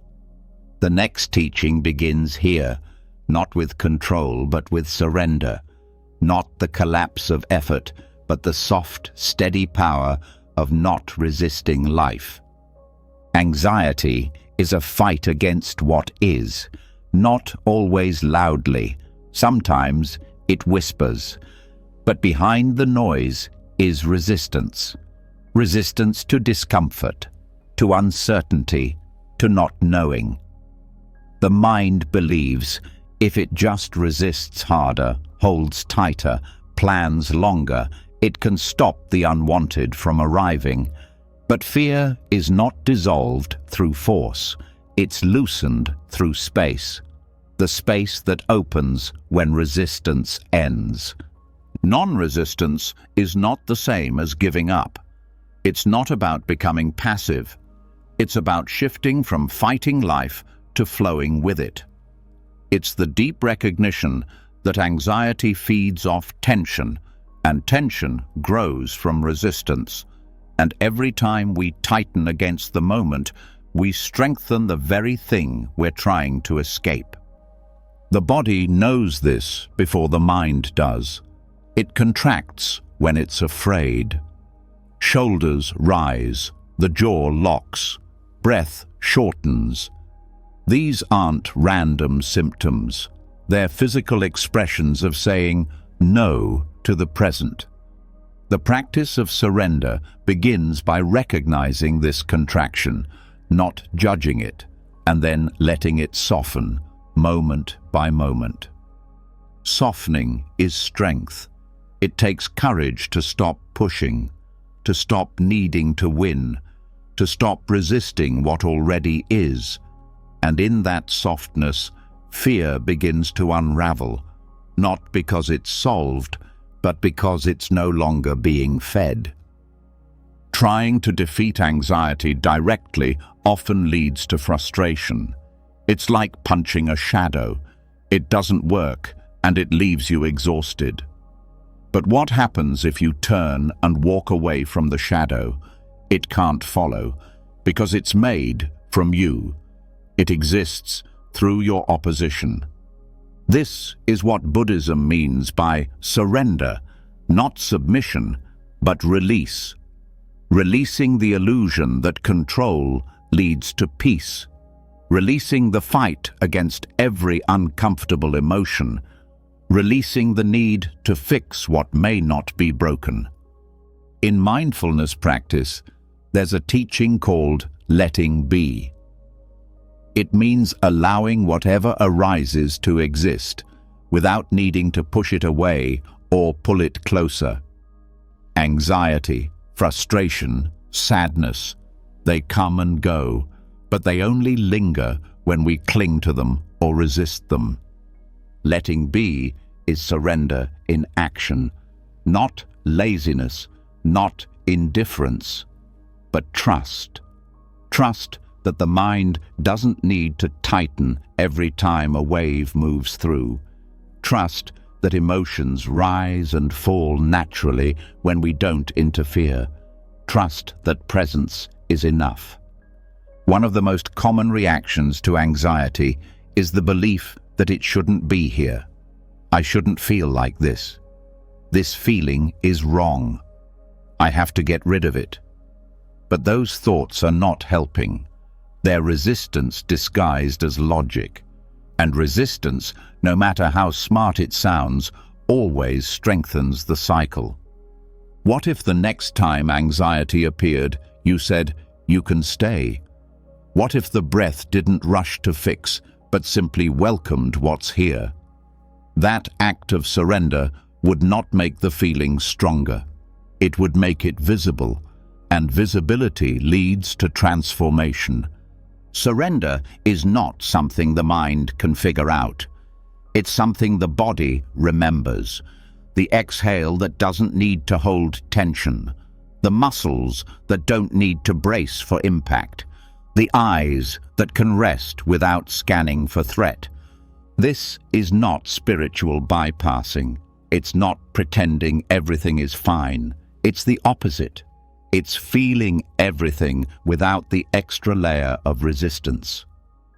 There's a moment in Buddhist teaching where a student asks, "What do I do when fear rises?" The master replies, "Welcome it in, bow to it, then sit together in silence." Not because fear deserves praise, but because fear loses power when it's no longer the enemy. Non-resistance removes the verses from your life. No more you versus anxiety, you versus the past, you versus the future. It becomes simply you with whatever is here. And in that withness, space opens. The space to breathe, to soften, to feel without flinching. And in that space, clarity arrives. The kind of clarity that isn't loud or dramatic, but steady, calm, and deeply rooted. You begin to see that emotions are like weather. They come, they pass. No storm has ever lasted forever, and when you stop trying to push the clouds away, you notice the sky was never broken. The act of surrender is the act of remembering that nothing is permanent, not pain, not panic, not pressure. What stays is the awareness watching it all. This awareness is not passive, it's presence. And presence, when not resisting, becomes your greatest strength. There's a quote from Ajahn Chah, a Thai forest monk, who said, "Try to let go, not with the thought, but with the heart. Let it fall off naturally, don't force it." This is the essence of surrender, not forcing a release, but allowing it, allowing the breath to come and go, allowing the thought to rise and fall, allowing the moment to be what it is, without needing it to be different. This is how worry ends, not by conquering it, but by removing the resistance that gave it shape. So the next time the heart tightens, try something radical. Don't resist it. Let it move. Let it vibrate. Let it be here without needing to explain or escape. And notice what happens when the fight stops. Notice what appears in the silence that follows. A soft strength, a quiet clarity, a stillness that doesn't need protection. Because when you stop resisting life, you stop fearing it. And when you stop fearing life, you finally begin to live. And when resistance dissolves, when the grip loosens, when fear no longer dictates the breath, something unexpected begins to emerge. The attention turns outward. The space that was once filled with control now feels open, and in that openness, a deeper instinct stirs, not to protect the self, but to ease the suffering of others. What begins as worry slowly starts to shift, and in that shift, a new form of power is born, not through dominance or defense, but through compassion. This is the next doorway, turning anxiety about others into presence for them, transforming mental tension into meaningful care. Worry about others often disguises itself as love.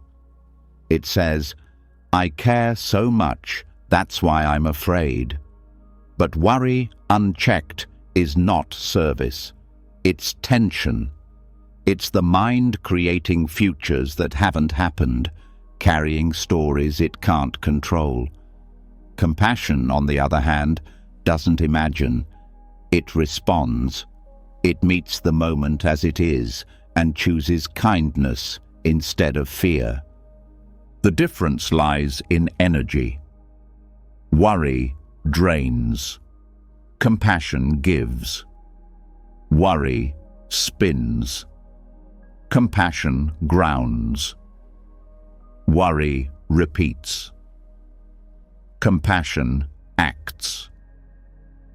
In Buddhism, compassion isn't optional. It's the natural result of clarity.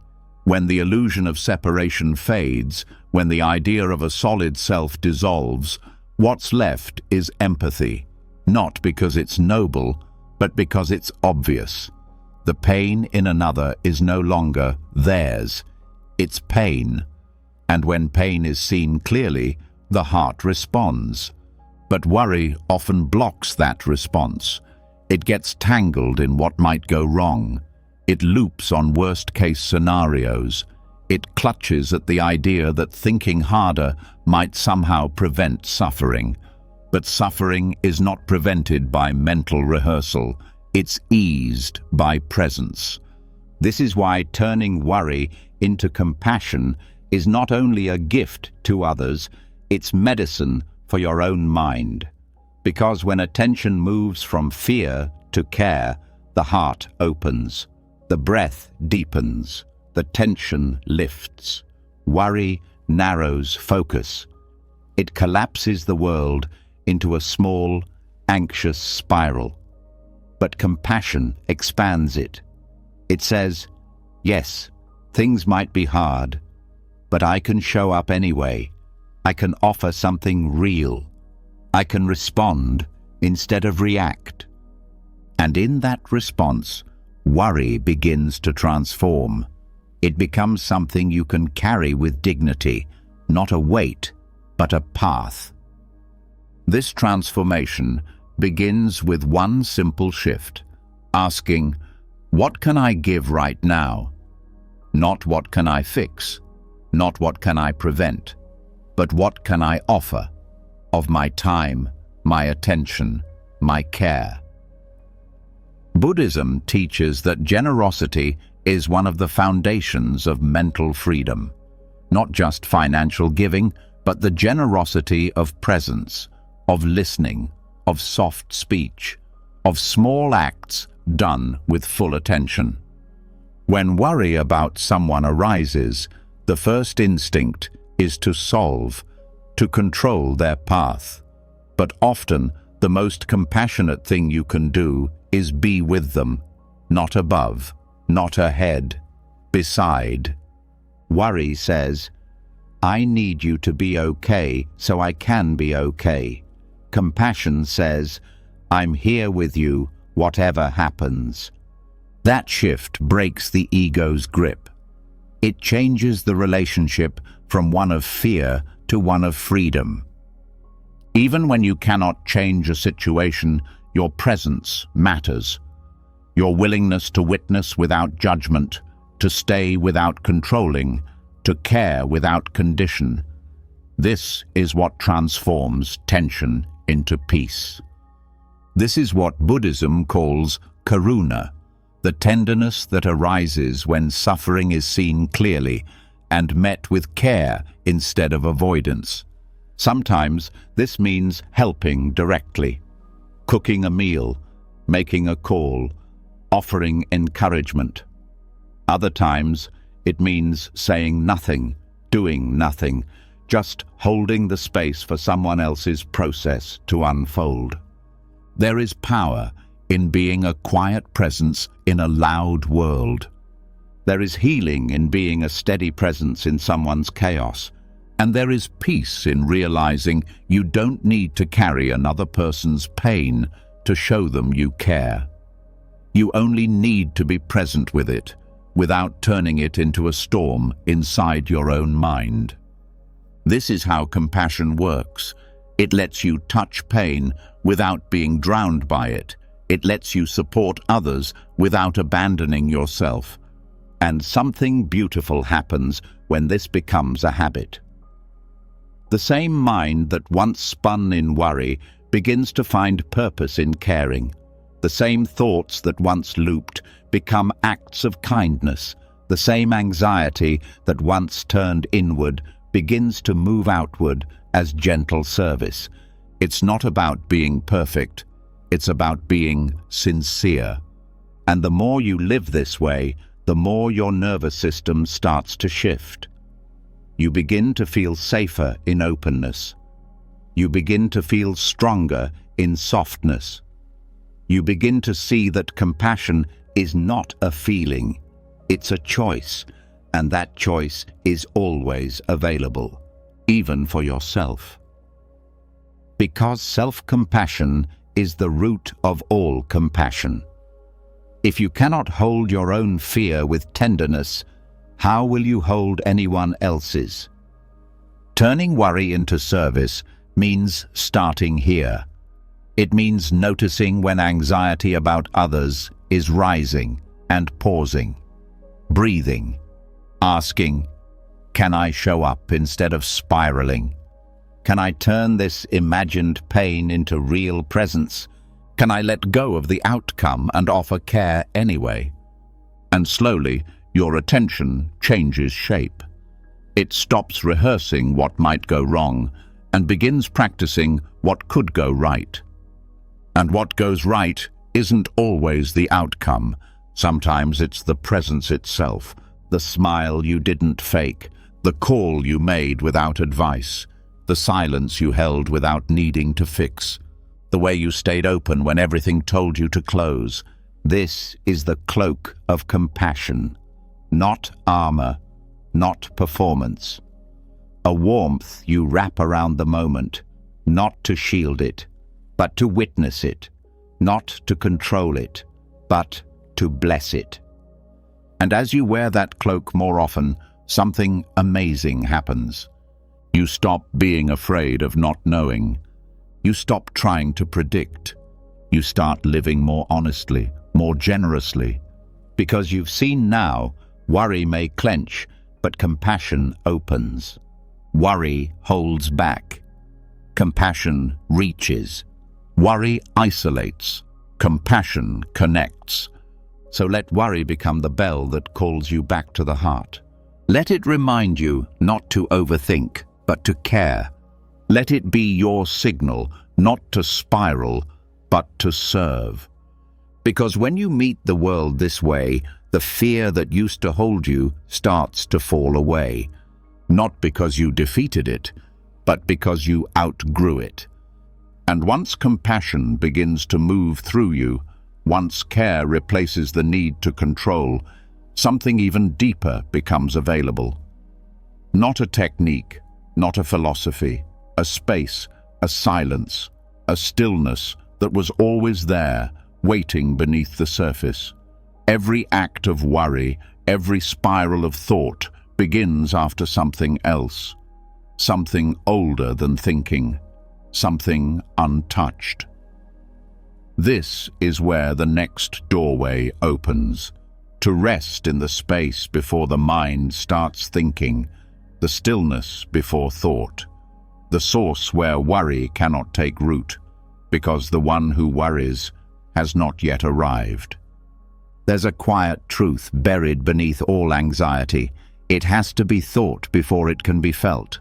It has to form, shape, appear. It needs a thinker to believe it, a self to own it. But what happens before that? Before the thinker steps in, before the story begins, what is there? Buddhism calls this the original mind, the unborn mind. Not something special, not something mystical, something direct, accessible, here, right now, a space that can be touched not by effort, but by stillness.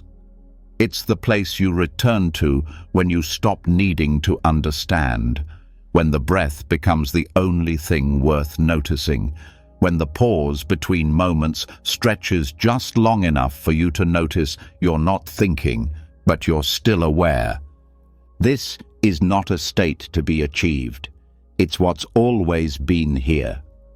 Underneath the noise, behind the thinker, before the thought.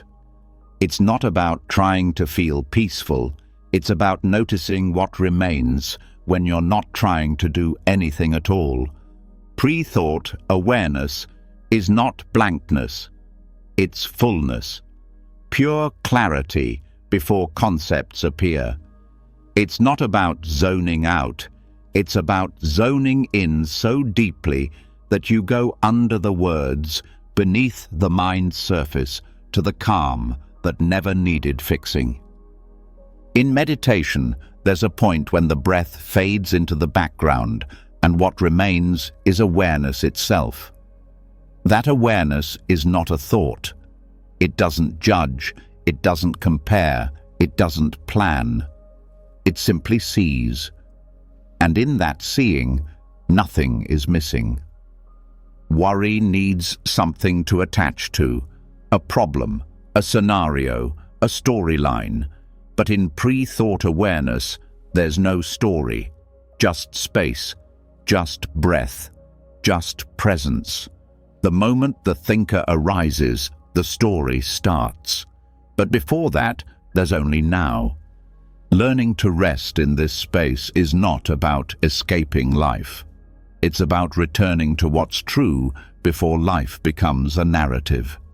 It's about seeing how often the mind tries to overlay something on top of what's already complete. And what's already complete doesn't need commentary. This is not suppression, it's revelation. When you sit long enough without chasing or controlling, the mind begins to settle, not because it's been silenced by force, but because the one trying to control it has stepped aside. And what's left? Awareness without identity, stillness without effort, clarity without thought. This is the root of every Buddhist teaching. That freedom is not a future state. It's the natural quality of awareness when it's not tangled in thought. And you don't need years of training to find it. You only need to stop chasing and start noticing. Start noticing what's here before the next thought, before the next fear, before the next plan or label. It helps to use the breath as a doorway, not to control it, but to follow it, gently, honestly, with your full attention. At the bottom of the exhale, there's a pause, a still point. That pause is not empty, it's alive. It's the gateway back to pre-thought awareness. You don't need to name this space. In fact, naming it pulls you out of it. Just rest in it. Let it hold you. Thoughts will still arise. That's okay. The practice is not to stop them, but to see them from the place that existed before them, to witness the moment a thought appears and say, there it is, without grabbing it. Over time, this space becomes more familiar, more accessible. You begin to spend more time as the observer and less time as the thinker. And from that shift, worry loses its roots. Because its roots were always buried in belief. Belief in the thought, belief in the story, belief in the thinker. But when awareness comes before thought, the story has nowhere to stick. This is what brings deep peace, not the absence of thoughts, but the freedom to watch them rise and fall without following. In this space, the mind no longer runs your life. It becomes a tool, not a master. And that shift changes everything. The next time anxiety creeps in, don't meet it with more thought. Return to before. Drop into the breath. Let the body lead. Feel the moment before the thought forms. That moment holds more truth than anything the mind can create. That moment is the source of presence. It's where compassion begins, where clarity lives, where suffering has no place to grow. This isn't about staying in this space forever. It's about knowing it's always here, that you can return anytime, that no matter how loud the world gets, there's a silence inside you untouched by it all. And that silence is not passive. It's alive. It listens, it sees, it heals. This is why great teachers speak so softly, because the truth doesn't need volume, it only needs presence. And this presence is yours. Not because you earned it, because it's your nature, what you've always been underneath the doing, the fixing, the worrying. When you rest here, life becomes simpler. Not because the outside changes, but because the inside stops adding weight to it. You stop turning moments into problems. You stop turning thoughts into warnings. You stop turning yourself into someone who needs to be saved. You already are, because you never left. You only got lost in thought. And now, gently, steadily, you're coming home. And as the stillness before thought settles deeper, as awareness begins to feel more natural than the noise it used to chase, another form of suffering begins to show itself. Not loud, not urgent, but constant. Regret, a quiet replay of what went wrong, what could have been done differently, what never got a second chance. And this next teaching leads us right into it. Not to rewrite the past, but to release it. Not to justify or explain, but to end the habit of dragging yesterday's weight into today, because regret is just worry turned backward, and forgiveness is the only thing strong enough to let it go. Regret begins with memory. A moment remembered not with peace, but with tension. A decision that feels unfinished. A word that wasn't taken back. A mistake still echoing. The mind returns to these moments not out of love, but out of fear. Fear that something was permanently broken.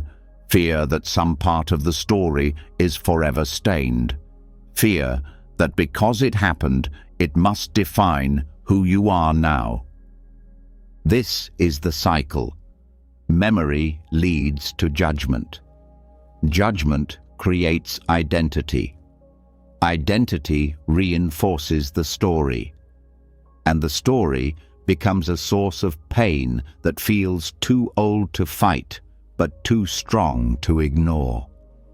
Buddhism offers a different path, not denial, not suppression, not moral high ground. Just this: let it be seen, let it be felt, and then let it be released. Because what keeps regret alive is not the event. It's the resistance to what happened. It's the belief that it shouldn't have happened, and the body still trying to solve a moment that no longer exists. Regret is not reflection. It's a loop. It's the emotional version of chewing gum that lost its flavor years ago, but still keeps getting chewed. It offers no nourishment, just repetition. And like all habits of worry, it survives through attention. The first step in forgiveness, then, is to stop feeding it. Not by ignoring it, but by stepping back far enough to see it clearly. Ask yourself, what am I holding on to? Is it a moment, or is it the story I built around it? Forgiveness is not about pretending it didn't hurt. It's about letting go of the idea that you need to keep hurting, that you must carry it as proof of your remorse, that guilt is somehow a spiritual currency. But guilt doesn't heal anything. It only repeats the pain. Real forgiveness starts where blame ends, and that includes self-blame. Because often the harshest judgment doesn't come from others. It comes from the voice inside that says, "You should have known better." That voice is not wisdom. It's just an echo. And Buddhist practice helps you meet that voice with something it's never been shown: compassion, not as an excuse, but as truth. Because the self you are now is not the self who made that choice, and the conditions that led to the moment were never entirely in your control. They never are. This is one of the most liberating realizations in Buddhist psychology. No self exists in isolation. Every decision is influenced by causes and conditions, by environment, emotion, history, belief. That doesn't remove responsibility. It removes the illusion that you were ever separate from the world acting through you. With that understanding, the past stops being a prison. It becomes something softer, a teacher, not a tormentor. The process of forgiveness begins in the body. Feel where the regret lives. Is it in your chest, your throat, your stomach? Don't name it, just notice.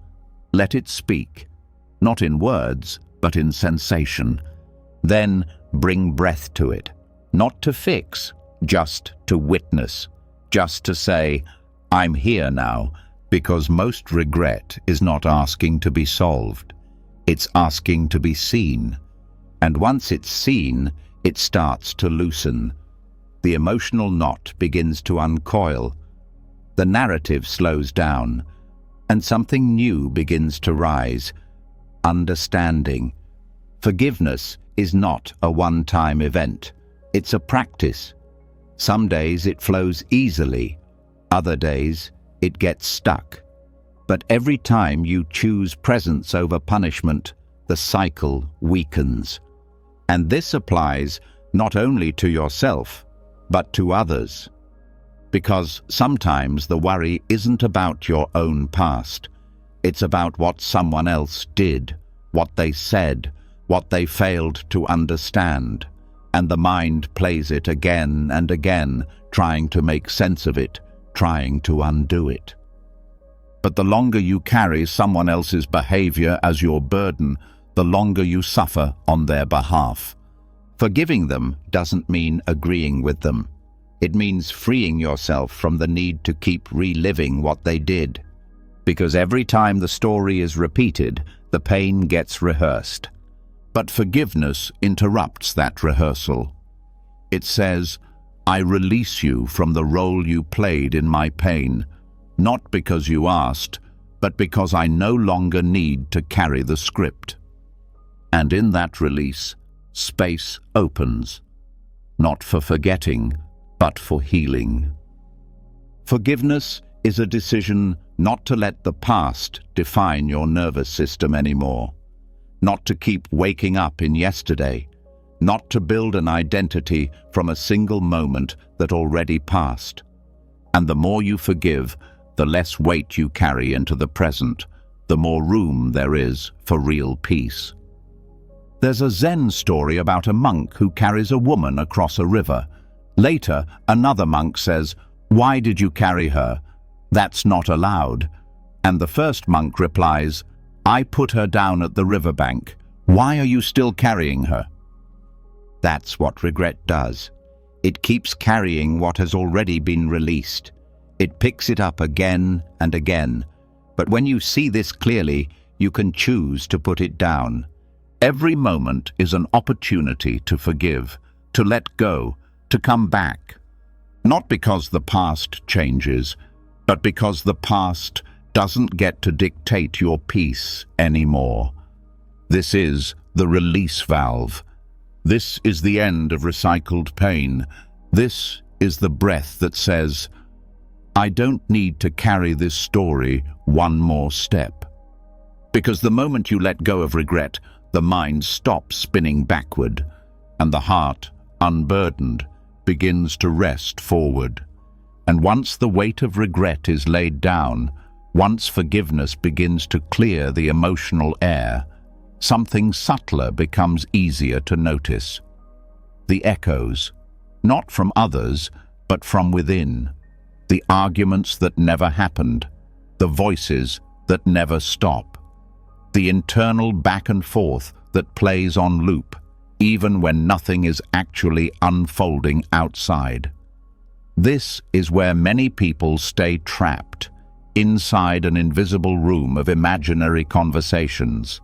And this next teaching helps you step out of it, not by winning the argument, but by realizing there's no one there to argue with. Internal conflict is one of the most exhausting habits of the mind. A single comment, a look, or even a memory can trigger it. Suddenly, the mind fills with voices. What should have been said, what you wish you'd said, what they'll probably say next time. These aren't reflections, they're rehearsals, replays, scripts. And the more they repeat, the more real they feel. But they're not real. They're echoes, sound bouncing off the walls of your own attention. And these echoes feed anxiety, because every time they repeat, the body believes it's in a new conflict. Heart rate rises, breath shortens, muscles tense. Even if you're sitting in a silent room, your nervous system reacts like you're under attack. Buddhism teaches that the mind, left unchecked, turns neutral space into a battlefield. Not because there's an enemy, but because the self has not yet recognized the voice of illusion. The loop begins like this. A thought appears, a judgment, a memory, an imagined confrontation. It feels unresolved, so the mind tries to fix it by playing it again, adding new lines, reworking the moment, defending, attacking, justifying. But this never leads to resolution, because it's not a real dialogue. It's noise in an empty room. To detach from this pattern, the first step is recognition. Noticing when the loop begins, feeling the shift in energy, seeing the thought rise like a gust of wind, and realizing you don't have to follow it. It helps to name it. Ah, this is the argument loop. That simple naming breaks the spell. You are no longer inside the argument. You're watching it. And that changes everything. Because the moment you become the witness, the loop starts to lose power. The next step is dropping the need to win. Most internal arguments stay alive because part of the mind is still trying to be right, still trying to deliver the perfect response, still trying to undo what's already done. But there is no victory in imaginary debates, only fatigue. Ask yourself, what am I trying to protect right now? What part of me feels under threat? That question pulls you out of the storyline and into direct awareness. It shifts attention from the script to the sensation, and sensation is always now. It doesn't lie. It doesn't loop. You may notice tightness in the chest, heat in the face, a clenching in the hands. Stay there. Breathe into it. Let it be seen without being acted on. This is how the loop begins to dissolve. Internal arguments also survive through identity. The idea that I am the kind of person who gets hooked by perceived slights or injustice or misunderstanding. The ego steps in and says, "You can't let this go unanswered." But Buddhism teaches there is no solid self to defend, only patterns, only habits, only thoughts pretending to be people. When you step back and see the loop not as yourself, but as a habit of thought, you gain the space to choose something else. You can choose silence. You can choose breath. You can choose presence. And presence doesn't argue. Presence listens. In this listening, the echoes start to fade, because they have nothing to bounce off anymore. No reaction, no resistance, just space. You can practice this in real time. The moment the mind begins drafting another internal script, pause. Notice the urge to finish the scene, and instead of engaging, ask, is this helping or hurting? That question brings clarity. It shines a light on the cost of this habit, not just mental, but physical, emotional, spiritual, because every minute spent inside an imaginary conflict is a minute pulled away from real life, from connection, from rest, from peace. Buddhism invites us to step out of the empty room, to stop talking to ghosts, to stop rehearsing what doesn't need to be said. You do not need to win an argument that never happened. You do not need to explain yourself to a thought. You do not need to keep answering the voice that only exists because you're listening. The echo will keep bouncing until silence is chosen, and silence is not weakness. It is power. It is maturity. It is the moment the mind no longer needs to prove anything. In meditation, this can be practiced gently.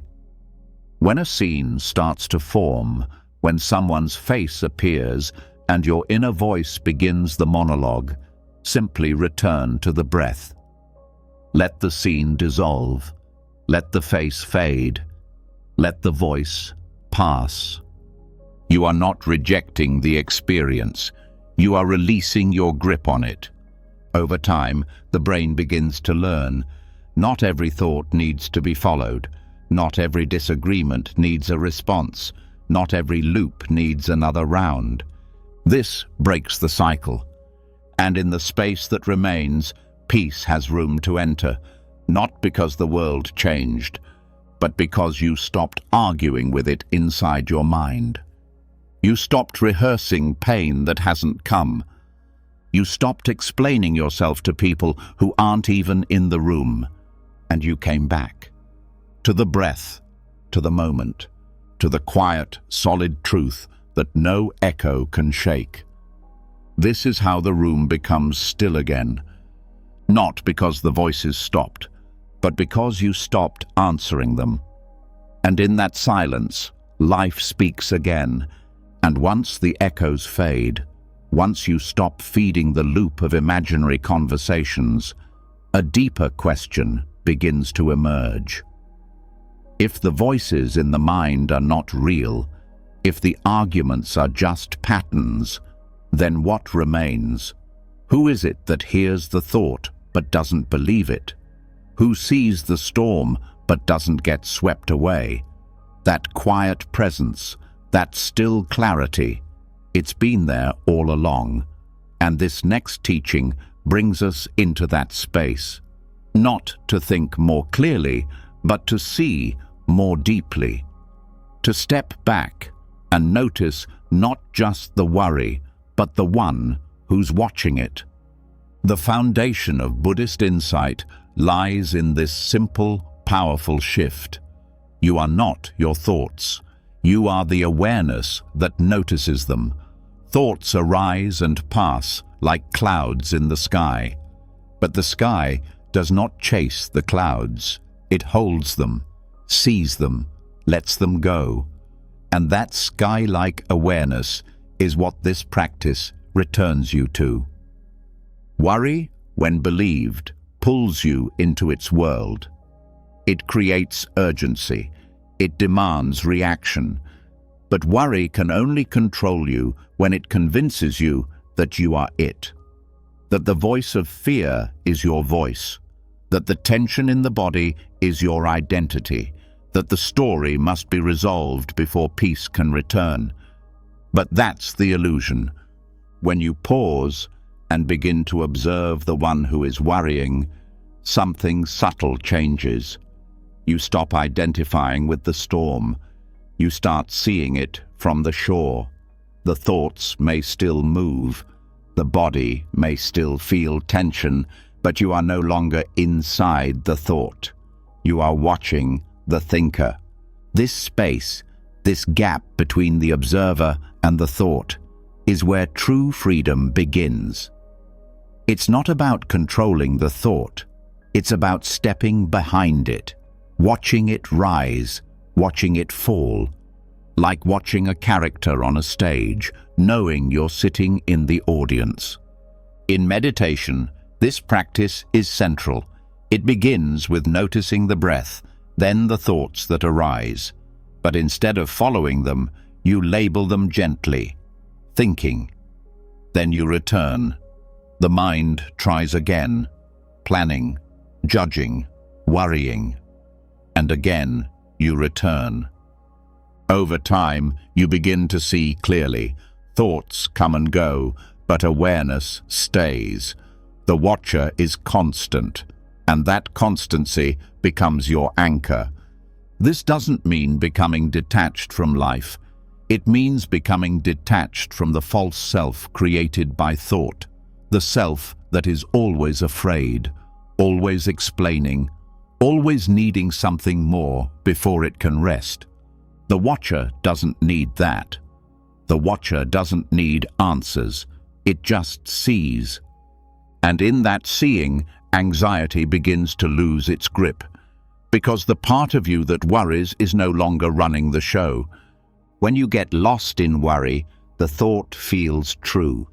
It feels urgent. But when you observe the one worrying, you begin to question it, not with doubt, but with distance. You see how often the same fear returns, dressed in different clothes. You see how often the mind uses the same language, the same tone, the same tricks. And instead of falling for it, you just watch. This is the heart of mindfulness, not controlling what arises, but changing your relationship to what arises, from identification to observation, from I am worried to I see worry, from I am afraid to fear is present. This small shift changes everything, because it gives you space, and in that space you can breathe again. The more you watch, the more you realize thoughts don't need your agreement to appear. They'll come anyway. But without your belief, they become like background noise, noticed but not followed. Some people fear this detachment means losing their sense of self. But the opposite is true. You don't become less, you become more real. Because the self created by thought is not who you are. It's a mask, a construction. And once the watcher is seen clearly, the mask loses importance. You begin to experience life from a place that isn't always reacting, defending, proving. You begin to meet emotions with clarity. You begin to meet challenges with softness. And you begin to meet yourself, not the thought-based version, but the one who sees everything without needing to be anything. This watcher is not cold, it's not indifferent, it's deeply compassionate, because it doesn't reject any part of experience. It sees worry, it sees fear, it sees joy. It holds it all without preference. And in that seeing, healing begins. This is how anxiety loses its engine, not by elimination, but by observation. The moment you stop fueling it with belief, the moment you stop acting from it, it begins to fade. This doesn't happen overnight. The mind is persistent. It will try to pull you back into the role. It will say, "This is important. You need to worry about this." But now you have a new tool, not to argue, not to resist, just to watch. And as you watch, the drama loses intensity. The urgency quiets. The silence underneath becomes louder than the story on top. This is presence. This is your nature.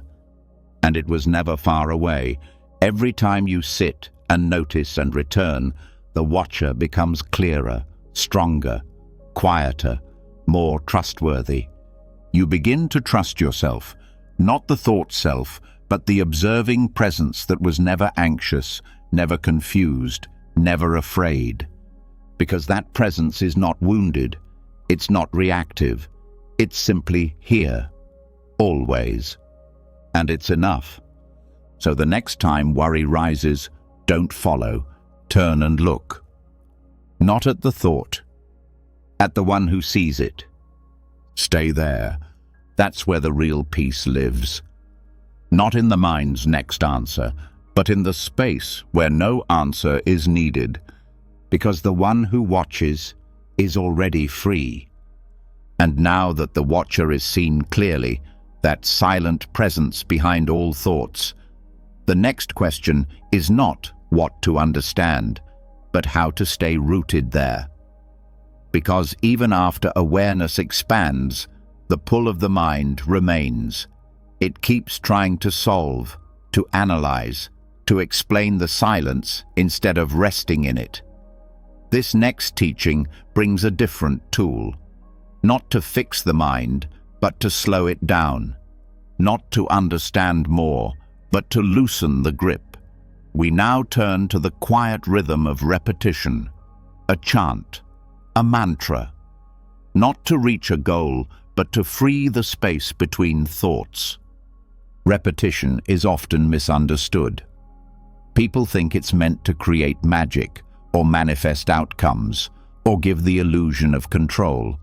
But in Buddhist tradition, the purpose of chanting is not to escape reality. It's to meet it, again and again, without resistance. Mantra is not about the words. It's about what happens to the mind when the words no longer matter. Most suffering begins in analysis. The mind gets stuck in loops. It tries to compare, predict, interpret, fix. Even after spiritual insights arise, the mind wants to understand them fully. But some truths aren't meant to be analyzed. They're meant to be lived through surrender. That's where mantra enters. A mantra, when used with presence and rhythm, bypasses the analytical layers of the mind. It doesn't argue with thoughts. It doesn't try to cancel them. It just keeps going, steady, grounded, simple. And as it continues, the mind begins to slow. The overactive circuits settle. The space between thoughts grows wider. This is not hypnotic. It's liberating, because it breaks the pattern of needing everything to make sense. It breaks the loop of "what does this mean?"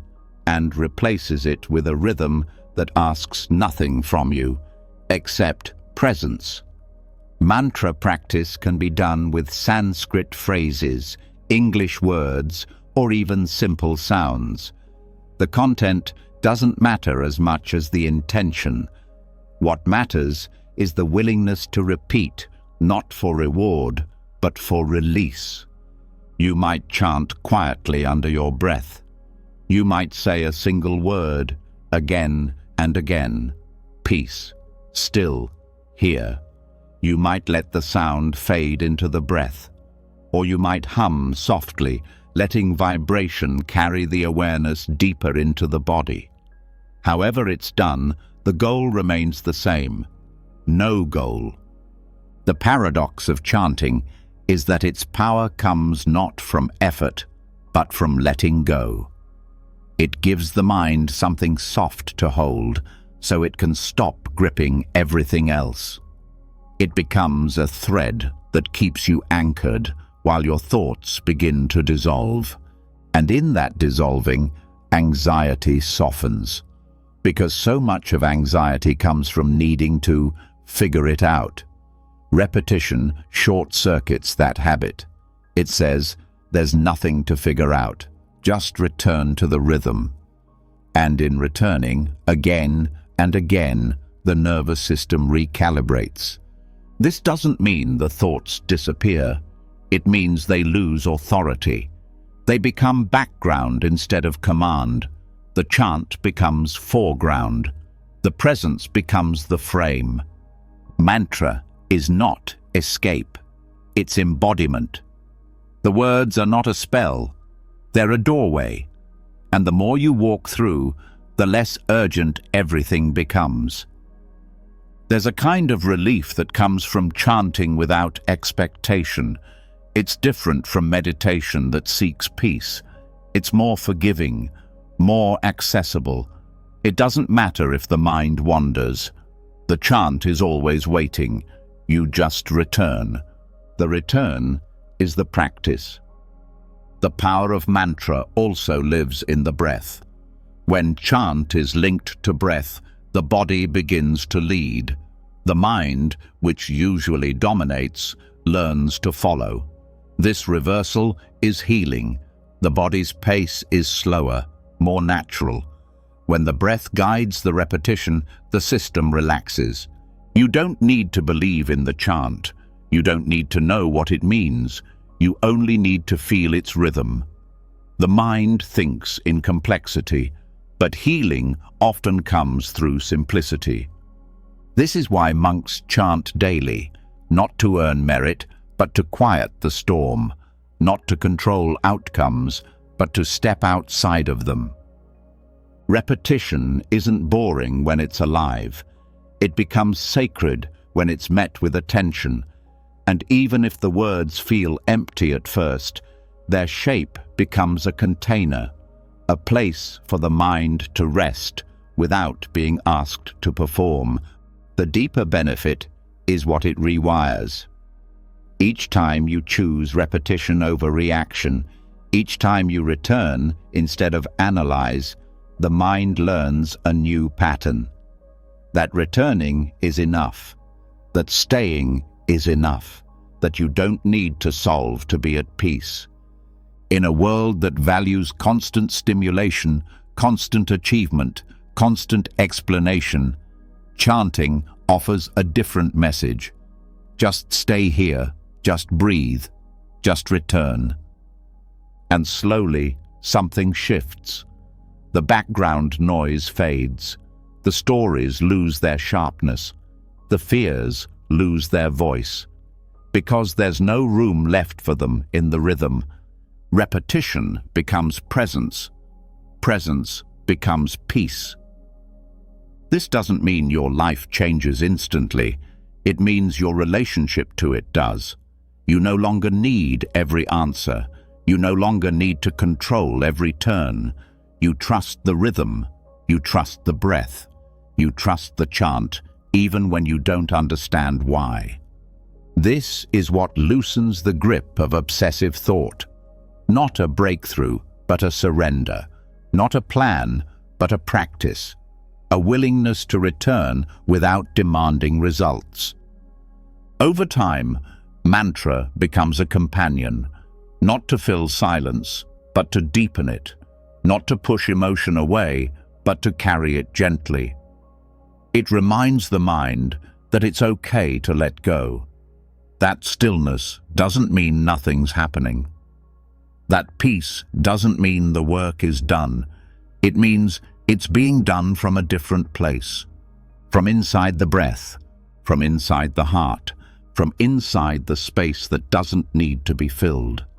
So when the thoughts begin to race again, when the spiral starts to tighten, meet it with a whisper, a chant, a phrase. Nothing magical, just steady, just kind, and return, not to control, but to remember. That presence doesn't need solving, it only needs repeating. And in that repetition, the mind finds its rest. And as the rhythm of repetition softens the grip of thought, as the chant carries the mind past analysis and into presence, another truth begins to reveal itself.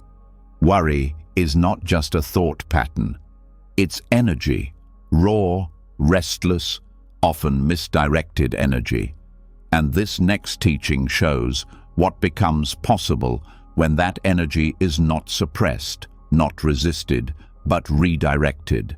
Because energy is neutral, it only becomes suffering when poured into fear. But when it's fed into devotion, ritual, and presence, it becomes something else entirely, a fire that purifies instead of burns.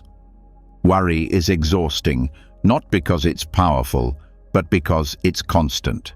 It keeps the mind spinning, the body tense, the heart closed.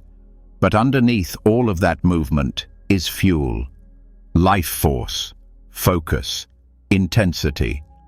And when that intensity is shifted into presence, into sacred attention, into conscious offering, something extraordinary begins to happen. The same flame that once fueled fear begins to light the path forward. Buddhism doesn't tell you to get rid of energy. It teaches you to transmute it. That means transforming the nature of your inner fire, not by putting it out, but by changing what you feed it. Worry feeds on uncertainty. It grows when the mind tries to predict or control. Devotion, however, is the opposite. It is the act of offering your full presence to something bigger than your personal anxiety. It doesn't need certainty, it only needs sincerity. Devotion is not tied to religion, it's tied to attention. You can be devotional toward your breath, your body, your environment, your morning tea. The power of devotion comes from where you place your energy and how fully you offer it. The anxious mind is obsessed with outcomes. Devotion doesn't ask for results. It gives without grasping. That's why it heals, because it retrains the nervous system to live in offering instead of demand. One of the most powerful ways to channel anxious energy is through sacred ritual. Not because ritual changes the outside world, but because it changes your relationship with the inner world. It gives your attention something steady to return to. A bowl of water, a lit candle, a bow, a phrase, a gesture. Ritual becomes a container, a space where scattered energy can rest. The difference between ritual and routine is intention. When you make tea with reverence, it becomes devotion. When you sit down with care, it becomes an offering. When you move with awareness, the action itself becomes a prayer. This is how anxious energy begins to change form. It becomes warmth instead of panic, precision instead of paralysis. It begins to serve something rather than spiral into itself. Devotional energy grounds you. It places your awareness into the act, not the outcome. That's where anxiety loses its grip, when the present moment becomes more important than the result. Devotion also opens the heart, because you're no longer pouring energy into what if. You're pouring it into I'm here. And the more you pour, the more the flame shifts from fear to presence. You can make a ritual out of anything. Lighting incense in the morning, speaking a phrase before meals, sitting with your hand on your heart for one full breath before a task. These are not performances, they are practices, anchoring points for the energy that used to scatter across dozens of anxious thoughts. In this way, even the act of feeling anxious becomes part of your devotion. Not something to avoid, but something to meet, to offer, to hold. Instead of thinking, I'm nervous, I need to get rid of this, you shift to, here is my energy, how can I offer it well? And what you'll find is that every moment becomes more sacred, not because it changes, but because you are fully there. The Buddha often spoke of wise effort, not pushing, not striving, but applying energy in a skillful way, feeding the right flame. This is the heart of the practice, because worry is effort without direction. Devotion is effort with heart. You don't need to have a spiritual altar. Your breath is enough. Your cup of water is enough. Your quiet walk at dusk is enough. The key is to show up to the moment as if it matters, not to impress, not to prove, but to feel, to be where your hands are, to be where your feet are, to be in your body instead of your projections. The more you live like this, the more the anxious mind begins to fade, not because it was defeated, but because it was no longer useful. This is not fantasy, it's retraining. Energy, once redirected, creates new rhythms. The nervous system begins to expect presence, not panic. It begins to anticipate peace, not chaos. And slowly, your life fills with new fires, not destructive, illuminating. Fires that burn away the need to understand everything. Fires that warm the heart instead of overheating the mind.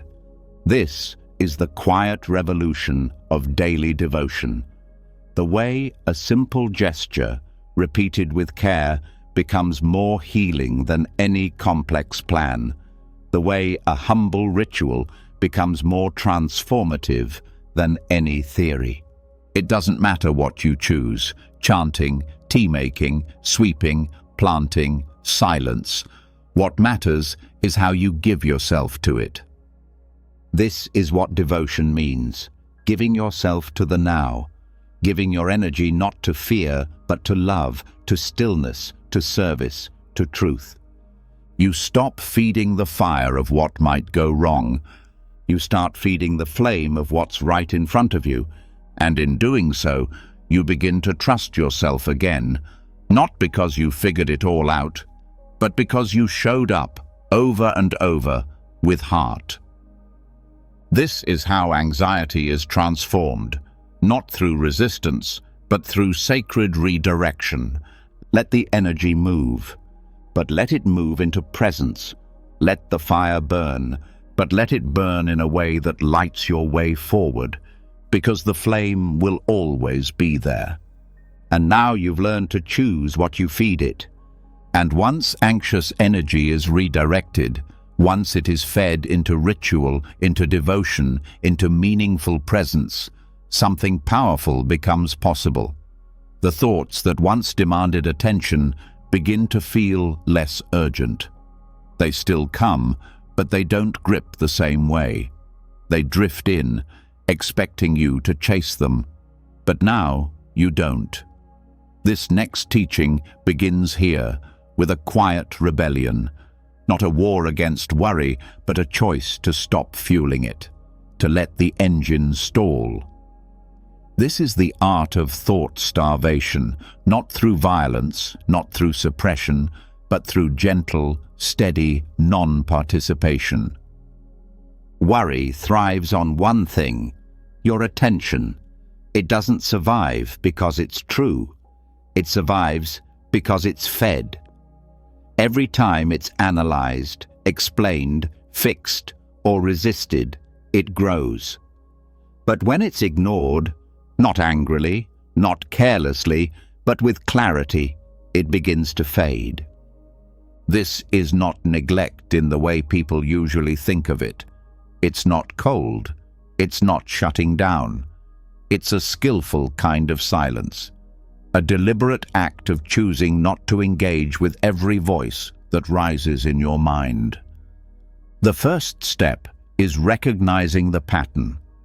Worry often begins with a subtle signal, a discomfort in the stomach, a racing of thought, a mental itch. The usual instinct is to react, to solve. But here, the practice begins with noticing and doing nothing. Noticing the thought is there and refusing to enter its world. This refusal is not harsh.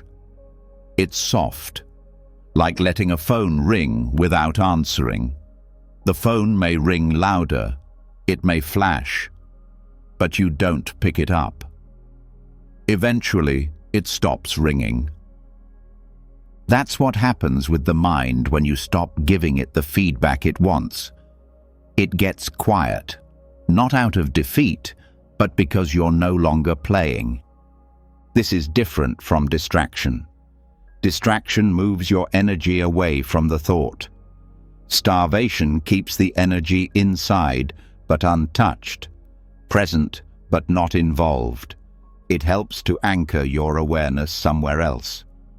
The breath, the feet, the sounds around you. You're not pushing the thought away, you're just not moving toward it. Each time the thought appears and you choose not to engage, it loses a little more strength.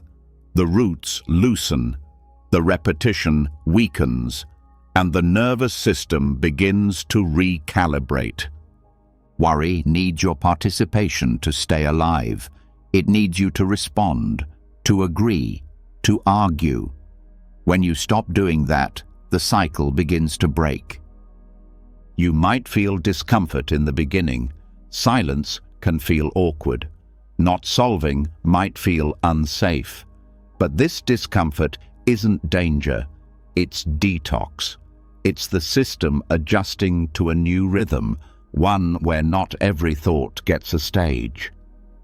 There's a story in Zen about a student asking the master how to deal with unwanted thoughts. The master says, "Don't invite them in for tea." That's the practice. The door opens. You see the thought, but you don't let it move in. You let it pass. And it will pass. Thoughts are not solid. They're not permanent. They don't even finish forming if you don't feed them. You'll start to notice this. A worry begins, but when it gets no response, it stalls. It hangs awkwardly in the air and dissolves. Not because you defeated it, but because you starved it of your belief. This practice takes consistency. The mind is clever. It will try new angles, new hooks. But as you return to the breath, to the body, to the now, over and over, the old paths wear down. And this is where the freedom begins to grow. Not dramatic, not loud, but steady. You begin to walk through life without dragging every thought behind you. You begin to feel space where there used to be loops. It's important to know that starving a thought is not suppression. Suppression is forceful. Starvation is neutral. Suppression pushes down. Starvation steps back. And in stepping back, you reclaim your attention. You begin to live from a deeper place, not reaction, but presence. You begin to feel the difference between thought and awareness. One spins, the other watches. The more time you spend as the watcher, the less need there is to feed the thinker. This practice also builds trust. Trust that you don't need to follow every anxious narrative to stay safe. Trust that clarity doesn't come from mental spinning, it comes from silence. This silence isn't empty, it's restorative. It's where the nervous system unwinds, where the breath lengthens, where decisions become cleaner, where life slows down. Thoughts will still come. That's not the problem. The practice isn't about never thinking. It's about no longer believing that every thought deserves a seat at your table. This especially applies to old mental loops, the kind that show up every day, the what-ifs, the why did I-s, the future rehearsals, the mental replay of a mistake. Each one is a story with the same cast, the same plot, the same ending. And every time it starts, you can make a new choice. Let it talk. Don't reply. Let it pass. Don't follow. Let it echo. Don't lean in. This is not passivity. It's mastery. You're not controlled by the thought. You're not arguing with it. You're simply not giving it what it needs to survive. Over time, the thought loop begins to wither. Like a fire that's been left with no more wood. It flickers, it fades, it goes out. And in that quiet, something else begins to grow. Real presence. Not performance, not effort, just being. That's the gift of this practice. It gives you back your energy. The energy that used to be poured into worrying, into spinning, into solving problems that weren't even real yet. Now, that energy is yours again, for breathing, for noticing, for living. The practice is simple. Let the thought come, let the thought go, and in between, don't feed it. This is how you become free, not by fighting, but by no longer participating in the performance of fear. That's the art of thought starvation, and it leads you here to peace that no thought can interrupt. And once the mental loop begins to fade, once the thoughts are no longer being fed, something softer begins to surface. A quiet, almost hidden presence behind the worry. It's not a monster. It's not the enemy. It's a small voice, often afraid, vulnerable, childlike. This is where the next teaching leads us, not toward logic, but toward kindness, not into analysis, but into connection, because the one who worries is not a failure to be fixed, but a younger self asking for care. And Buddhist compassion teaches us not to fight that voice, but to hold it, to speak to it the way we would to a child who never learned safety. Worry, at its root, is a protective response. It's the mind's way of saying, I don't feel safe. It's trying to prevent pain, predict problems, protect what matters. But when that protective energy goes unacknowledged or gets judged, it grows louder. Not because it's strong, but because it's scared. And if we look closely, most worry doesn't come from the adult self. It comes from the part of us that still feels small, the part that once didn't get what it needed: reassurance, support, softness, safety. The child within who learned that the world could change in an instant and believed they had to think ahead or be perfect to avoid hurt. This is not weakness. It's a leftover survival strategy. And Buddhist compassion asks us to stop running from that part of ourselves and start listening. When anxiety rises, when the worry starts again, instead of thinking, "What's wrong with me?" try, "Who in me is speaking?" This changes the energy completely. It brings presence into the places that once only knew pressure. It slows the momentum of panic by offering warmth instead of judgment. Think of it like sitting with a scared child. If that child were shaking, would you yell? Would you try to reason them into calmness? No. You'd kneel. You'd soften your voice. You'd say, "I'm here. You're safe. We don't need to fix everything right now." This is how we begin to speak to our own minds, with kindness, with patience, not to dismiss the worry, but to comfort the part of us that carries it. This is not about becoming childish. It's about meeting the childlike part of the psyche that never received gentleness in moments of fear. You can practice this in real time. When worry appears, place a hand on your chest or stomach, not to fix, just to feel. Then say softly, either aloud or in your mind, "I hear you. You're trying to help, but it's okay to rest now." Sometimes it helps to give this part of yourself a name, not to separate, but to personalize. "Hey, little one. I know it feels scary, but I've got you now." This inner dialogue isn't foolish, it's deeply healing, because so often the worried voice simply wants to be acknowledged. The mind will resist this at first. It's used to being dismissed or controlled, but with practice, the worried part begins to trust the presence of your compassion. It begins to quiet, not because it was silenced, but because it was soothed. This is what makes Buddhist compassion different from mere self-help. It doesn't ask you to push past the worry. It asks you to bow to it, to see it as something that once tried to keep you alive, and in that recognition, to offer it something new, safety through presence. No part of the self should be exiled, not the fear, not the tension, not the doubt. Every part has a voice, and every voice calms down when it feels heard. You may start to notice that worry always arises in the same patterns.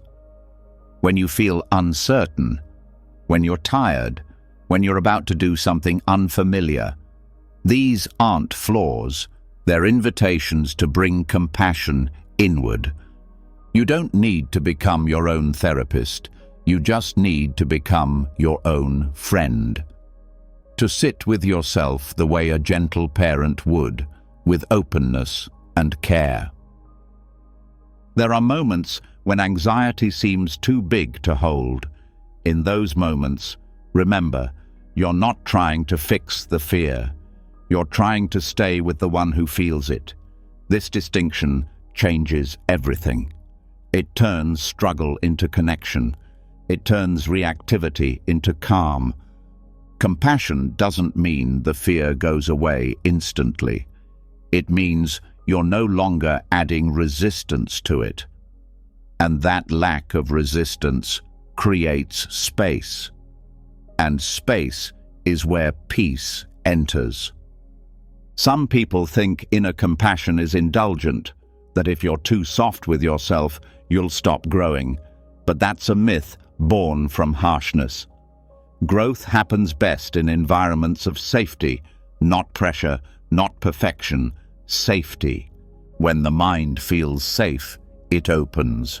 When the heart feels safe, it heals. And when the inner child feels safe, it stops needing to scream. You don't need perfect words. You only need your presence. That's what the worried voice is looking for. Not advice, not solutions, just the feeling that someone is finally staying. This staying becomes a ritual, a quiet checking in. How are you feeling? What do you need? I'm with you. You do this not once, but again and again, until the part of you that used to panic begins to expect comfort instead of criticism. This is the long path of inner repair, and it's sacred. Because when compassion becomes your default response to fear, the nervous system changes. It stops bracing. It starts breathing. And over time, worry begins to feel less like a threat and more like a signal. A signal to slow down, to check in, to come back. Back to breath, back to heart. Back to the one inside who has waited so long to be held.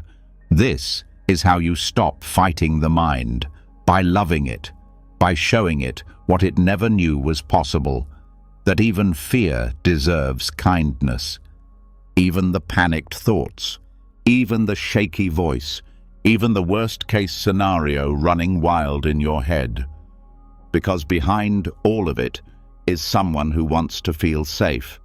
And now, you know how to answer them. Not with perfection, but with presence. Not with strategy, but with softness. Because presence is what heals, and softness is what stays. And once compassion reaches the part of us that worries, once the inner child is met, not with judgment, but with gentle care, another pattern begins to show itself, quietly hidden beneath almost every anxious thought. A concept so deeply rooted in the mind that most never question it. Time. Not the kind on a clock, but the kind that creates stories, the kind that builds fear around what might come next. The mind's addiction to later, and this next teaching begins there. Not with a prediction, but with a realization. That time is not the enemy, but believing in future catastrophe as real is the birthplace of worry. That what we call the future is not a place, it's a thought. Worry feeds on the idea that something is coming, something unknown, uncontrollable, threatening. The mind doesn't need proof, it only needs possibility. And time gives it that possibility. Time gives it a canvas to paint fear on, not with facts, but with projections. And because those projections feel vivid, the body reacts as if they're real. But the future doesn't exist, not in the way the worried mind believes. There is no future event currently happening. There are no real catastrophes unfolding in this moment. What exists are thoughts about them, and Buddhist insight goes straight to the root. Those thoughts are not reality. They are a function of time as a mental habit. Time, when misunderstood, is the background of all mental suffering. It splits experience. It creates a past that clings, a future that haunts, and a present that is barely noticed. Worry can only live in this fracture, because in the pure present there is no space for imaginary outcomes. There is only what is. To see this clearly, notice where worry begins. It doesn't start in the breath. It starts in a thought about something not here. A meeting tomorrow, a conversation next week, a fear about how something might go. That thought creates an image, the body responds, and the spiral begins. But if the thought is dropped, even for a moment, everything calms. Not because the external world changed, but because the mind returned to what's real. This breath, this body, this moment. The idea of future is powerful because it feels useful. The mind says, if I prepare now, I'll be safe later. But that logic quickly becomes obsession, and obsession disconnects you from the only place where real action and real peace can happen now. Buddhist practice doesn't ask you to ignore time. It asks you to see through it, to realize that tomorrow is a mental construction, a concept, not a destination, and that most fear is just the mind rehearsing a reality that hasn't arrived. The practice begins by noticing how often the mind moves toward later, how often it drifts into timelines. What if it doesn't work out? What if they say this? What if I fail? Each one is a time-based projection. None of them are happening. This doesn't mean become careless. It means become clear. Planning can still happen, but planning is different from worrying. Planning uses the present. Worry tries to live in the future. Only one is real.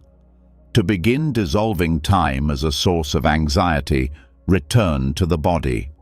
The body never lives in a concept. It lives in now. The breath is now. The heartbeat is now. The sounds around you are now. Let awareness settle into these anchors. Each time a fear arises, ask, is this happening now? Or is this a thought about what might happen? This question pulls the mind back into the present. It breaks the trance of what if, and the more often you ask it, the more clearly you see how rarely your worries are rooted in reality. Presence is not a luxury, it's medicine. It's the only state where the nervous system can relax, because it's the only place where the mind is no longer predicting danger. In presence, there's no future to prepare for. There's only now to feel, to respond to live inside. This can be practiced throughout the day. Notice when time appears as stress, a deadline, a delay, a memory, a plan. Feel how each one shifts your body. Then pause, breathe, and remind yourself, this too is a thought. Even clocks are concepts. They measure something, yes, but they don't contain it. No second has ever been touched. No tomorrow has ever arrived. And yet, most people live as if they're already in it. That's the core of the illusion. The future is only alive when believed. It's only dangerous when treated as more real than now. And once this is seen, deeply seen, worry begins to collapse because it has no home, no timeline to live inside, just passing thoughts in a space that no longer clings to them. Meditation becomes a training ground for this realization. Each time you sit, you're not just quieting the mind. You're stepping out of the artificial structure of time. You're entering the only place where fear can't survive, direct awareness. This isn't detachment. It's return. Returning to what was never broken. Returning to the wholeness that exists only here. Returning to the self that doesn't rush toward later, but rests in now. You'll still plan, you'll still prepare, but you'll do it without being owned by time. You'll think without being trapped in the thought. This is freedom, because once you see time as a thought, you no longer need to fear what's coming. Nothing is coming, only thinking, and thinking can be watched. Worry can be softened. Fear can be seen for what it is, a ripple on the surface of stillness. That stillness is who you are underneath the timeline, not the one running toward the future, but the one sitting in presence, untouched by the clock. That presence doesn't prepare, it responds. It doesn't panic, it sees. And in that seeing, time dissolves. And when time dissolves, so does worry. And once the illusion of time fades, once the future is seen for what it really is, just thought, what we're left with is this moment. And this moment, raw and unfiltered, is often not what we expected. Things break, plans fail, dreams shift.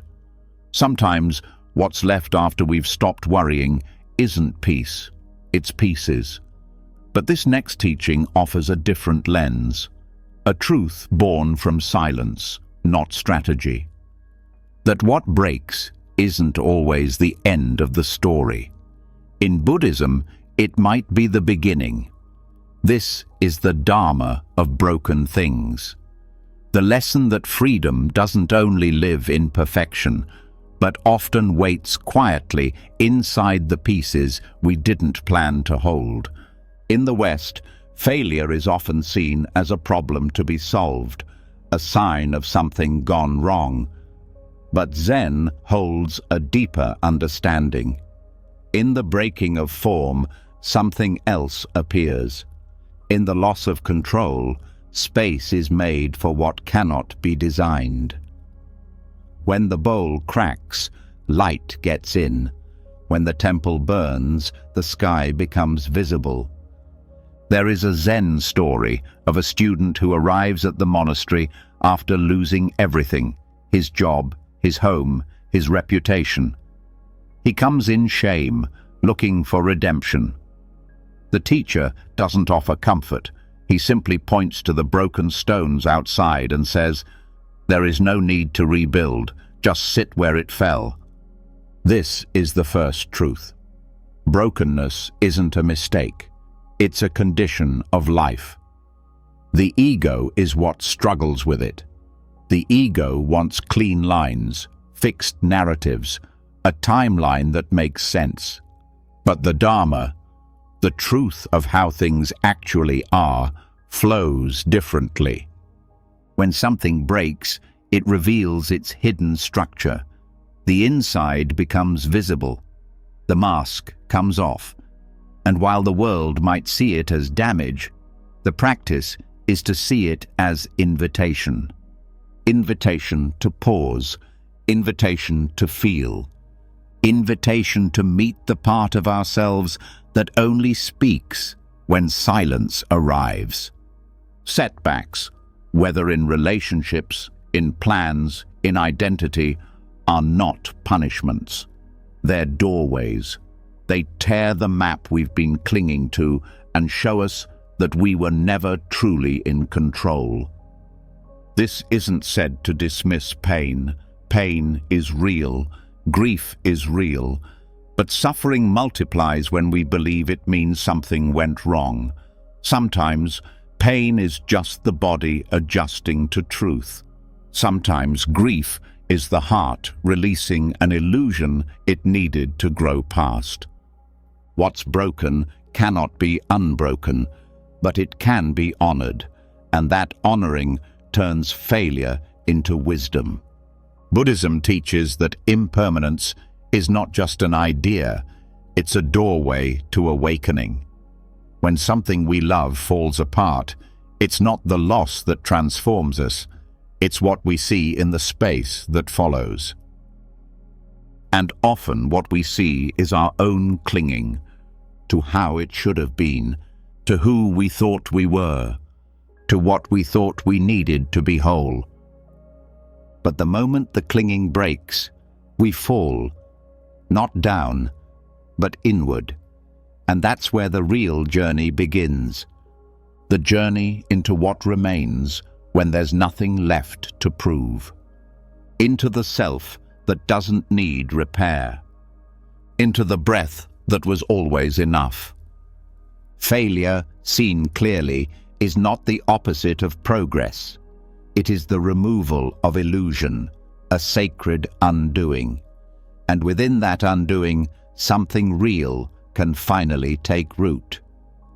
There's another Zen teaching. Barns burnt down, now I can see the moon. What's beautiful about this is its simplicity. The teacher doesn't say the barn shouldn't have burned. He doesn't say it was good or bad. He simply points to what became visible in its absence. This is the shift from asking, why did this happen, to what is now possible, from how do I fix it, to what truth does this reveal? These questions don't dismiss the loss. They honor it. They let the pieces fall where they will, and then they breathe into that space, not to rebuild the old, but to notice what never needed walls in the first place. When the ego breaks, there is grief, but there is also grace, because now the heart has space to open, the mind has space to quiet, the spirit has space to stretch. Sometimes what we fear most, embarrassment, collapse, failure, is what clears the path to something deeper, something more honest than we would have chosen on our own. In this way, setbacks become sacred, not through force, through surrender, through saying, yes, this is broken, and still, I am here. From that place, the practice isn't to rebuild the old life. It's to meet the new one with eyes that no longer need guarantees. The beauty of brokenness in Zen is that it reveals the empty nature of things. Nothing can stay as it is. Nothing should. Because it's in the change, in the falling apart, that we see clearly what doesn't change. The breath, the awareness, the quiet watcher who was there before the success and remains after the fall. This is the true self, not the one that wins, but the one that watches. And when you live from that place, even brokenness becomes a kind of liberation. Not because it feels good, but because it frees you from needing to feel good all the time. It frees you from the lie that you must always hold it together. It frees you from the false story that only whole things have value. Sometimes the crack is not the flaw, it's the teaching. Sometimes the temple burns so that you stop worshipping what was never sacred to begin with. And in the ashes, something else waits. Stillness. Simplicity. space, and the breath that reminds you you were never the thing that broke. You were always the awareness watching it break. And now you are the awareness witnessing what grows in its place. And once the dust of what has broken settles, once the stories fall away and only presence remains, another illusion begins to lose its hold. The belief that worry is useful, that anxiety is a kind of tool, that through mental effort, constant rehearsal, or emotional tension, we somehow steer the world away from collapse. This is the next truth that needs to be seen, because beneath every spiral of fear, there's often a quiet conviction. If I don't worry, something worse will happen. But what if that belief is false?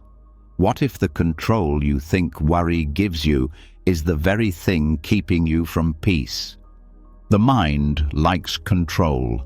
It finds comfort in plans, systems, expectations. It feels safe when it knows what's next. But life rarely plays by those rules. Life interrupts. It surprises. It moves on its own terms. And when the mind can't predict it, it tightens its grip. It starts spinning stories. What if this? What if that? What should I do? How do I stop this? And it mistakes this spinning for power. This is the core of the illusion, that worry prepares you, that it keeps you sharp, that it helps you stay ready for anything. But look closer. What does worry actually do? It creates tension. It shortens the breath. It floods the body with stress hormones. It fills space that could have been calm with noise that leads nowhere. It doesn't stop the future. It just poisons the present. The Buddha taught that craving causes suffering, not just craving for pleasure, but craving for control. The need to make things go a certain way, to hold outcomes in your hand. And worry is one of the subtlest forms of craving. It's not loud like desire. It's quiet like dread. But it's still an attempt to make life obey the mind. And life doesn't obey. It flows. It rises and falls. It gives and takes. And no amount of mental rehearsal changes that. This is not hopelessness. This is clarity. The clarity that comes when you finally see there is no controller here. No lever in the brain that shifts the world into place. No sentence you can repeat in your head that guarantees safety. No pattern of anxiety that ever actually prevented a crisis. Worry doesn't protect you. It prepares you to feel bad before anything bad even happens. And often, it doesn't happen at all. But the body still suffers. The heart still contracts. The present moment is still sacrificed in the name of an imagined future. And even when something difficult does come, the worry didn't help. Because the clarity needed in real difficulty doesn't come from tension. It comes from stillness. Think about it. When things really fall apart, when someone gets hurt, when life changes fast, do you want a panicked mind or a calm one? Do you want reactivity or presence? Worry doesn't make you strong. It drains the strength you already have. That's why surrender is not weakness. It's the moment you stop feeding a lie. The lie that if you worry enough, if you obsess enough, if you grip the steering wheel hard enough, life will finally behave. But there is no steering wheel. There is only breath. And breath can be trusted far more than fear ever could. In Buddhist practice, surrender doesn't mean giving up. It means giving over. It means releasing the need to be the center of the story. to make every outcome a reflection of your thinking. It means bowing to the truth that you were never meant to control everything. Because control is a myth. Influence is real. Response is real. Care is real. But control, it's a shadow. It looks like substance, but when you reach for it, it slips through your fingers. This is why the mind returns to worry. It's trying to grip what cannot be held. And when it fails, it doubles down. It thinks, I must not be doing enough. And so it spins faster. But worry is not a lack of effort. It's a misuse of energy. What you can do is show up, stay grounded, take care of what's in front of you, speak clearly, move gently, choose wisely. But none of that requires fear. None of it needs tension. In fact, the less fear you carry, the more present you become. And the more present you are, the better your choices will be. This is what replaces the illusion of control, the serenity of surrender. Surrender doesn't mean being passive. It means being available to life, to now, to truth as it unfolds. It means you're no longer trying to force the river. You're learning to swim with it. And that swim begins with trust. Trust not in outcomes, not in guarantees, but in your ability to remain grounded when outcomes shift, to remain kind when plans fall apart, to remain spacious when the unknown arrives. This kind of trust is stronger than control because it doesn't need the world to obey. It only needs you to stay awake. And worry is not wakefulness. It's a dream, a nightmare of what if that pulls you out of the one place you can actually meet life, here. So what happens when you stop believing worry is power? You stop using it. You stop measuring your care by your tension. You stop proving your worth through your stress. You stop bracing for impact in a life that might never hit you the way you feared. And you begin to relax. Not because the world is safe, but because you don't need it to be. You only need to be here, clear, honest, compassionate, present. And presence is what protects you, not from events, but from illusion. From the belief that you must suffer now to prevent suffering later. From the belief that anxiety is noble. From the belief that control is love. None of those things are true. What is true is this: you are already strong enough to meet what comes. You are already wise enough to respond when needed. You are already grounded enough to release what can't be held. And in releasing it, you remember, no controller, no crisis, just life, just breath, just you, finally free to live without gripping. And after surrender dissolves the illusion of control, after the grip loosens and the breath returns, a deeper clarity begins to surface. The mind, left without its usual defenses, still offers up familiar thoughts, worries, doubts, loops, not because danger is near, but because the pattern is old. This is where the next layer of understanding emerges. To see worry not as insight, not as intuition, not as a warning, but as karma, as mental residue, as an echo from the past that doesn't need your belief, only your observation. Karma, in Buddhist psychology, is not a system of punishment and reward. It's not cosmic justice. It's conditioning. It's the way the mind repeats what it's practiced. Worry is one of those patterns, one that gets reinforced not because it's true, but because it's familiar. It has roots in memory, in experience, in trauma, in belief, but it is not prophecy. To see worry as karma is to understand that its presence says more about where you've been than where you're going. It's a ghost, not a guide. It's the echo of past fear, not a signal of new threat. The mind stores everything it experiences. It remembers discomfort. It remembers pain. And it tries to avoid that pain by predicting its return. But the prediction isn't accurate. It's habitual. The body feels a flicker of uncertainty, and the mind fills in the rest with stories learned long ago. This is why worry can arise even when things are going well. The mind isn't reacting to the present. It's replaying its conditioning. The way a muscle spasms after injury. The way a song gets stuck in your head after hearing it too often.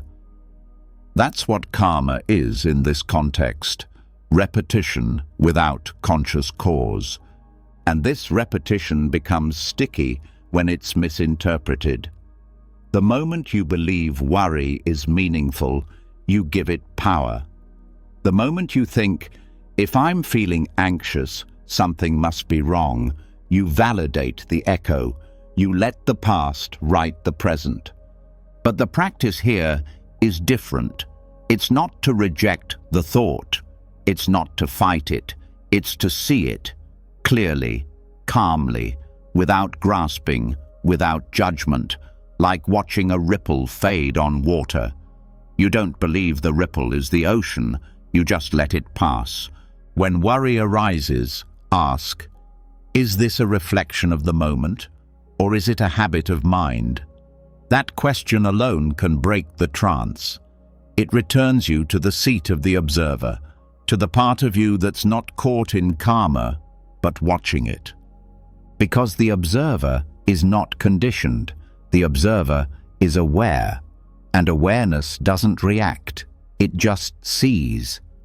This is what makes the Buddhist view so liberating. You are not your thoughts. You are not your emotions. You are not the accumulation of old fears. You are the space in which they appear. When worry is seen this way, it begins to lose its urgency. It still arises, but you no longer need to follow it. You don't need to believe it. You recognize the voice. Ah, yes, the same script, the same tone. But it doesn't pull you under anymore. This shift is powerful. It turns fear into fuel. It turns anxiety into insight. Because now, instead of asking what the worry is trying to say, you ask what it reveals about your conditioning. You ask what karma is showing up to be released. Sometimes it's old fear from childhood. Sometimes it's a cultural story you inherited. Sometimes it's an emotional response that made sense years ago but doesn't belong anymore. Whatever it is, it's not a message, it's a mirror.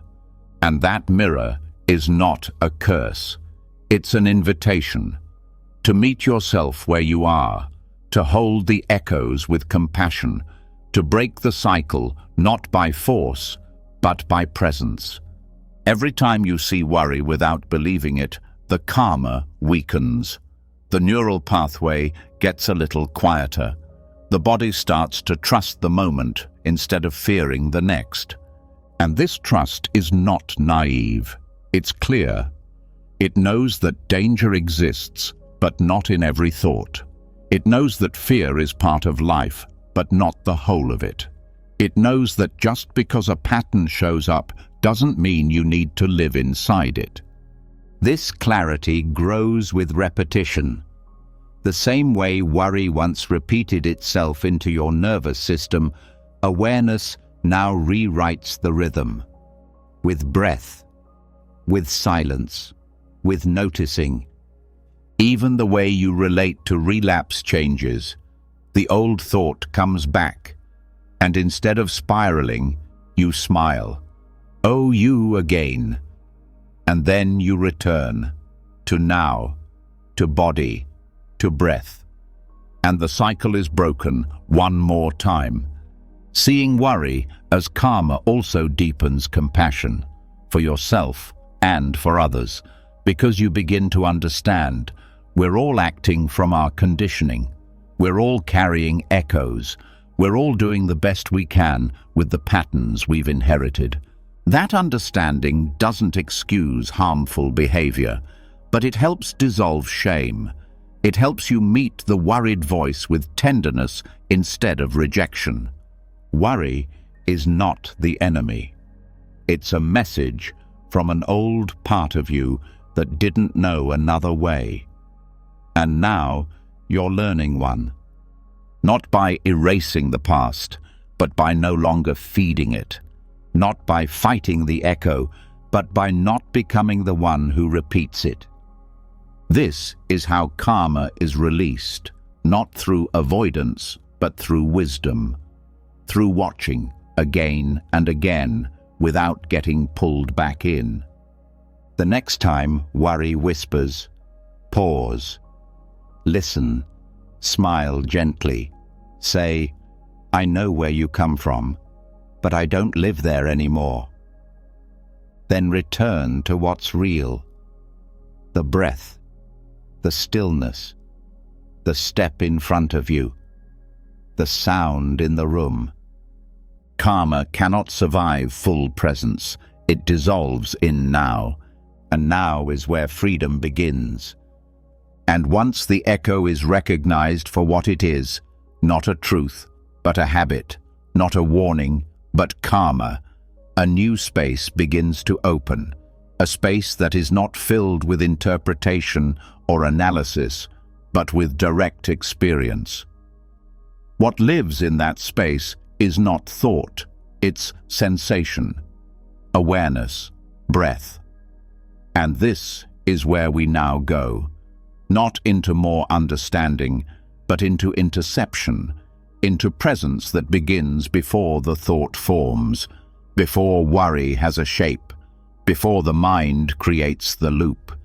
This is the lesson of breath, not as something to calm down after the storm, but as the very place where the storm never starts.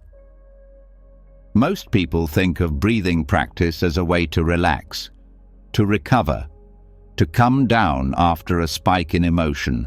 And yes, the breath can do that, but it can do far more. When practiced deeply, breath becomes a gatekeeper, a protector of attention, a way to catch the shift from stillness into story before the story even begins. In Buddhism, attention to breath is the foundation for awareness. Not because it changes the breath, but because it teaches the mind to stay rooted, to stay embodied, to stay in now. This rooting stops anxiety not by fighting it, but by never giving it a place to grow. Because anxiety is fast, it moves quickly. Thought flashes in, emotion responds, and the body reacts before we even realize it. But breath moves slower. Breath is steady. Breath is always here. And when we train the mind to return to the breath, not after thought, but before it, we create a rhythm that is stronger than the habit of fear. This is not about breathing better. It's about breathing first, bringing attention back to the inhale before the loop begins, placing awareness on the exhale before the story gets traction, noticing the small shift, the tightening in the gut, the shallow breath, the racing of mental images, and returning to the body before it builds. That moment of return is where transformation happens, not through effort, through timing. The sooner you return, the less you need to repair. This is why daily breath practice matters, not to become good at meditating, but to become skilled at noticing, to become sensitive to the micro movements in your inner world. The micro flinches that say, I'm about to leave the present. I'm about to follow a thought. Breath becomes the anchor. And over time, it becomes a habit. The kind of habit that rewires the nervous system, that says to the body, we're safe right now. And when the body believes that, the mind doesn't have to take over.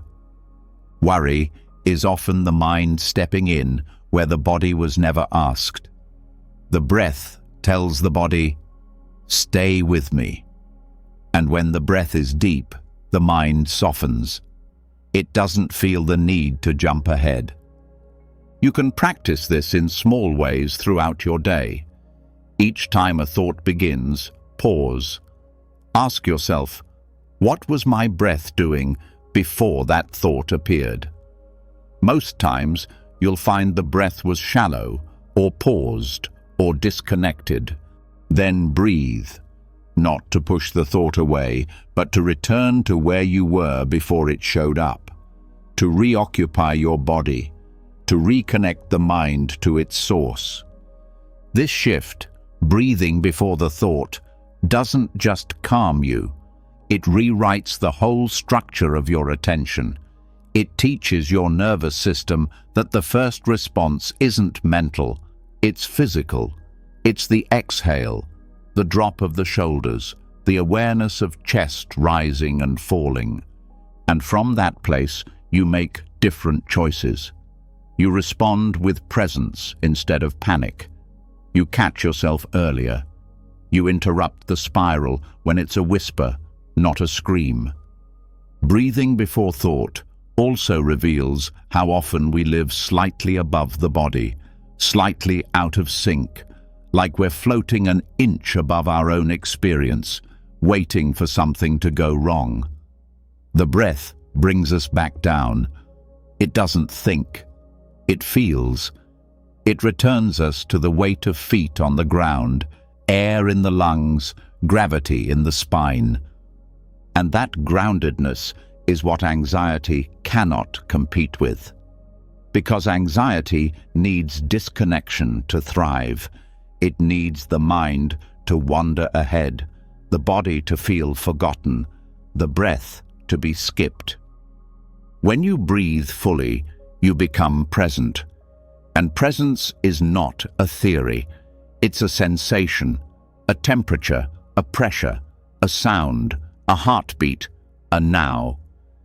When you train yourself to notice the breath at the first flicker of mental tension, you start seeing how fast the loop begins and how quickly it can dissolve.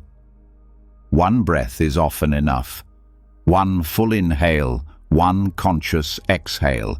The thought may still be there, but the urgency is gone. This doesn't mean anxiety disappears forever. It means you no longer need to follow it. You meet it earlier, you meet it softer, you meet it from the body, not from the mind. And the body is wiser than we give it credit for. The body doesn't create stories. It creates signals. Signals we can learn to read, not as threats, but as reminders to return. Return to breath. Return to hear. Return to the moment before you became a mind, because that moment is always available. It's always just one breath away, and the more you live from that place, the less energy you spend recovering. The less often you need to fix what never had to fall apart. You stop living in repair. You start living in rhythm. A rhythm that begins where thought ends. A rhythm that says, presence lives in breath. Peace begins before the sentence does. So breathe now, not to calm down, to wake up, not to fix, to return. To interrupt the story before it becomes a world you have to survive. Because there is no danger here. Only air. Only life. Only this moment, waiting to be filled with nothing but your full attention. And once the breath has returned, before the thoughts take shape, before the spiral even begins, something unexpected starts to appear. A quiet, a gap, a space so open that at first the mind doesn't trust it, a space that doesn't ask for anything, doesn't suggest what's next, doesn't fill itself with analysis, with fixing, with preparing. This space is emptiness, not the emptiness of loss, the emptiness of peace, the kind of emptiness that only appears when every habit of concern finally drops. And this next teaching is about what it means to live from there, not full of tension, but free of it, not weighed down by responsibility to feel anxious, but uplifted by the realization that worry isn't necessary, that it's not only okay to have nothing to worry about, it's awakening. In most cultures, emptiness is feared. It's seen as a problem, a void, a lack, something to fill. So we fill it with thoughts, with busyness, with distraction, with endless checking and correcting. But in Buddhist philosophy, emptiness is not something missing. It's something revealed. It's the space that remains when the noise quiets, when the self steps aside, when the craving to control, to protect, to constantly do falls away. This is what makes it a gift. Worry is the habit of trying to fill that space. It says, I must stay alert, I must stay responsible, I must keep caring or things will fall apart. But there's a misunderstanding here. Worry is not care. Worry is attachment pretending to be care. It's fear in disguise. It's the belief that by carrying concern, we carry control.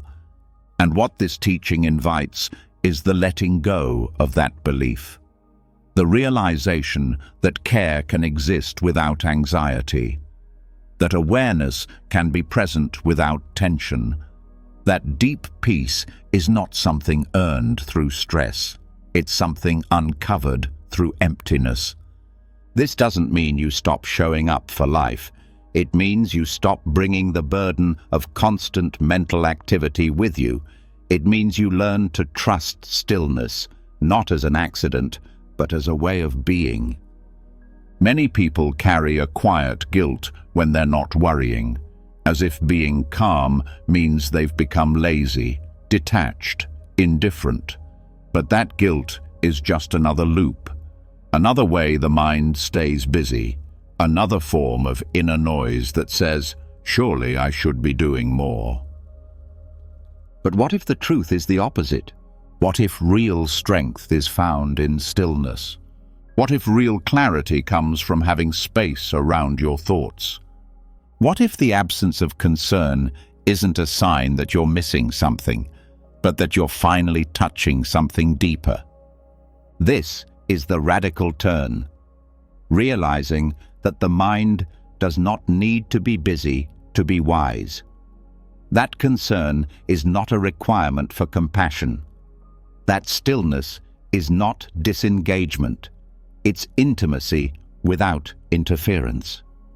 And the path to this stillness is not paved with more thinking. It's paved with release.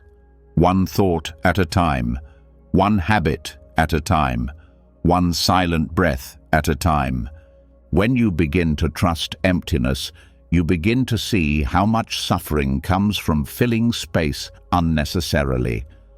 How often we chase purpose through anxiety, how often we define our value by how worried we are, how often we use mental noise to avoid the vulnerability of being quiet.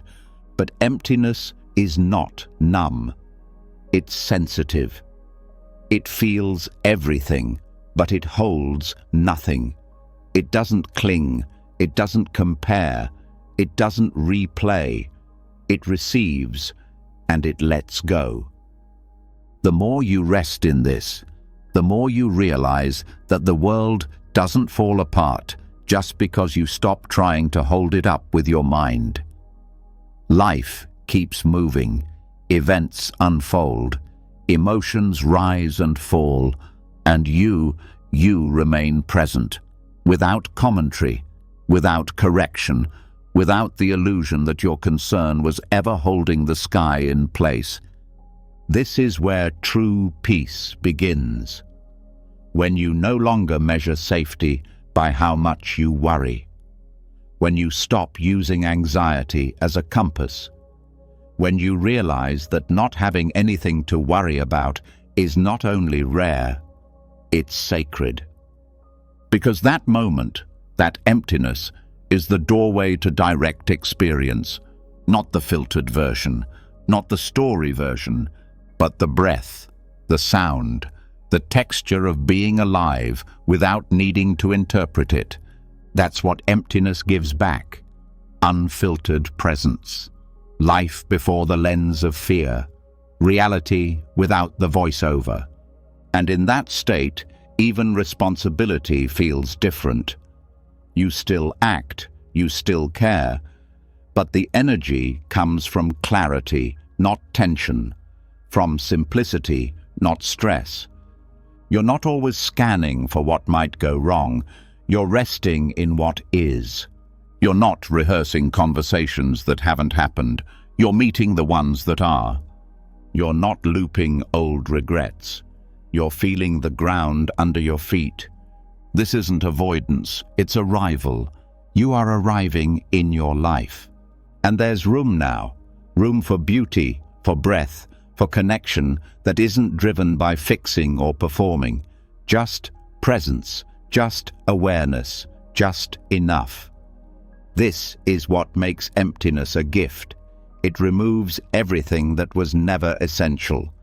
It leaves you with the truth that you are already whole, already here, already capable of living without carrying the entire world inside your head.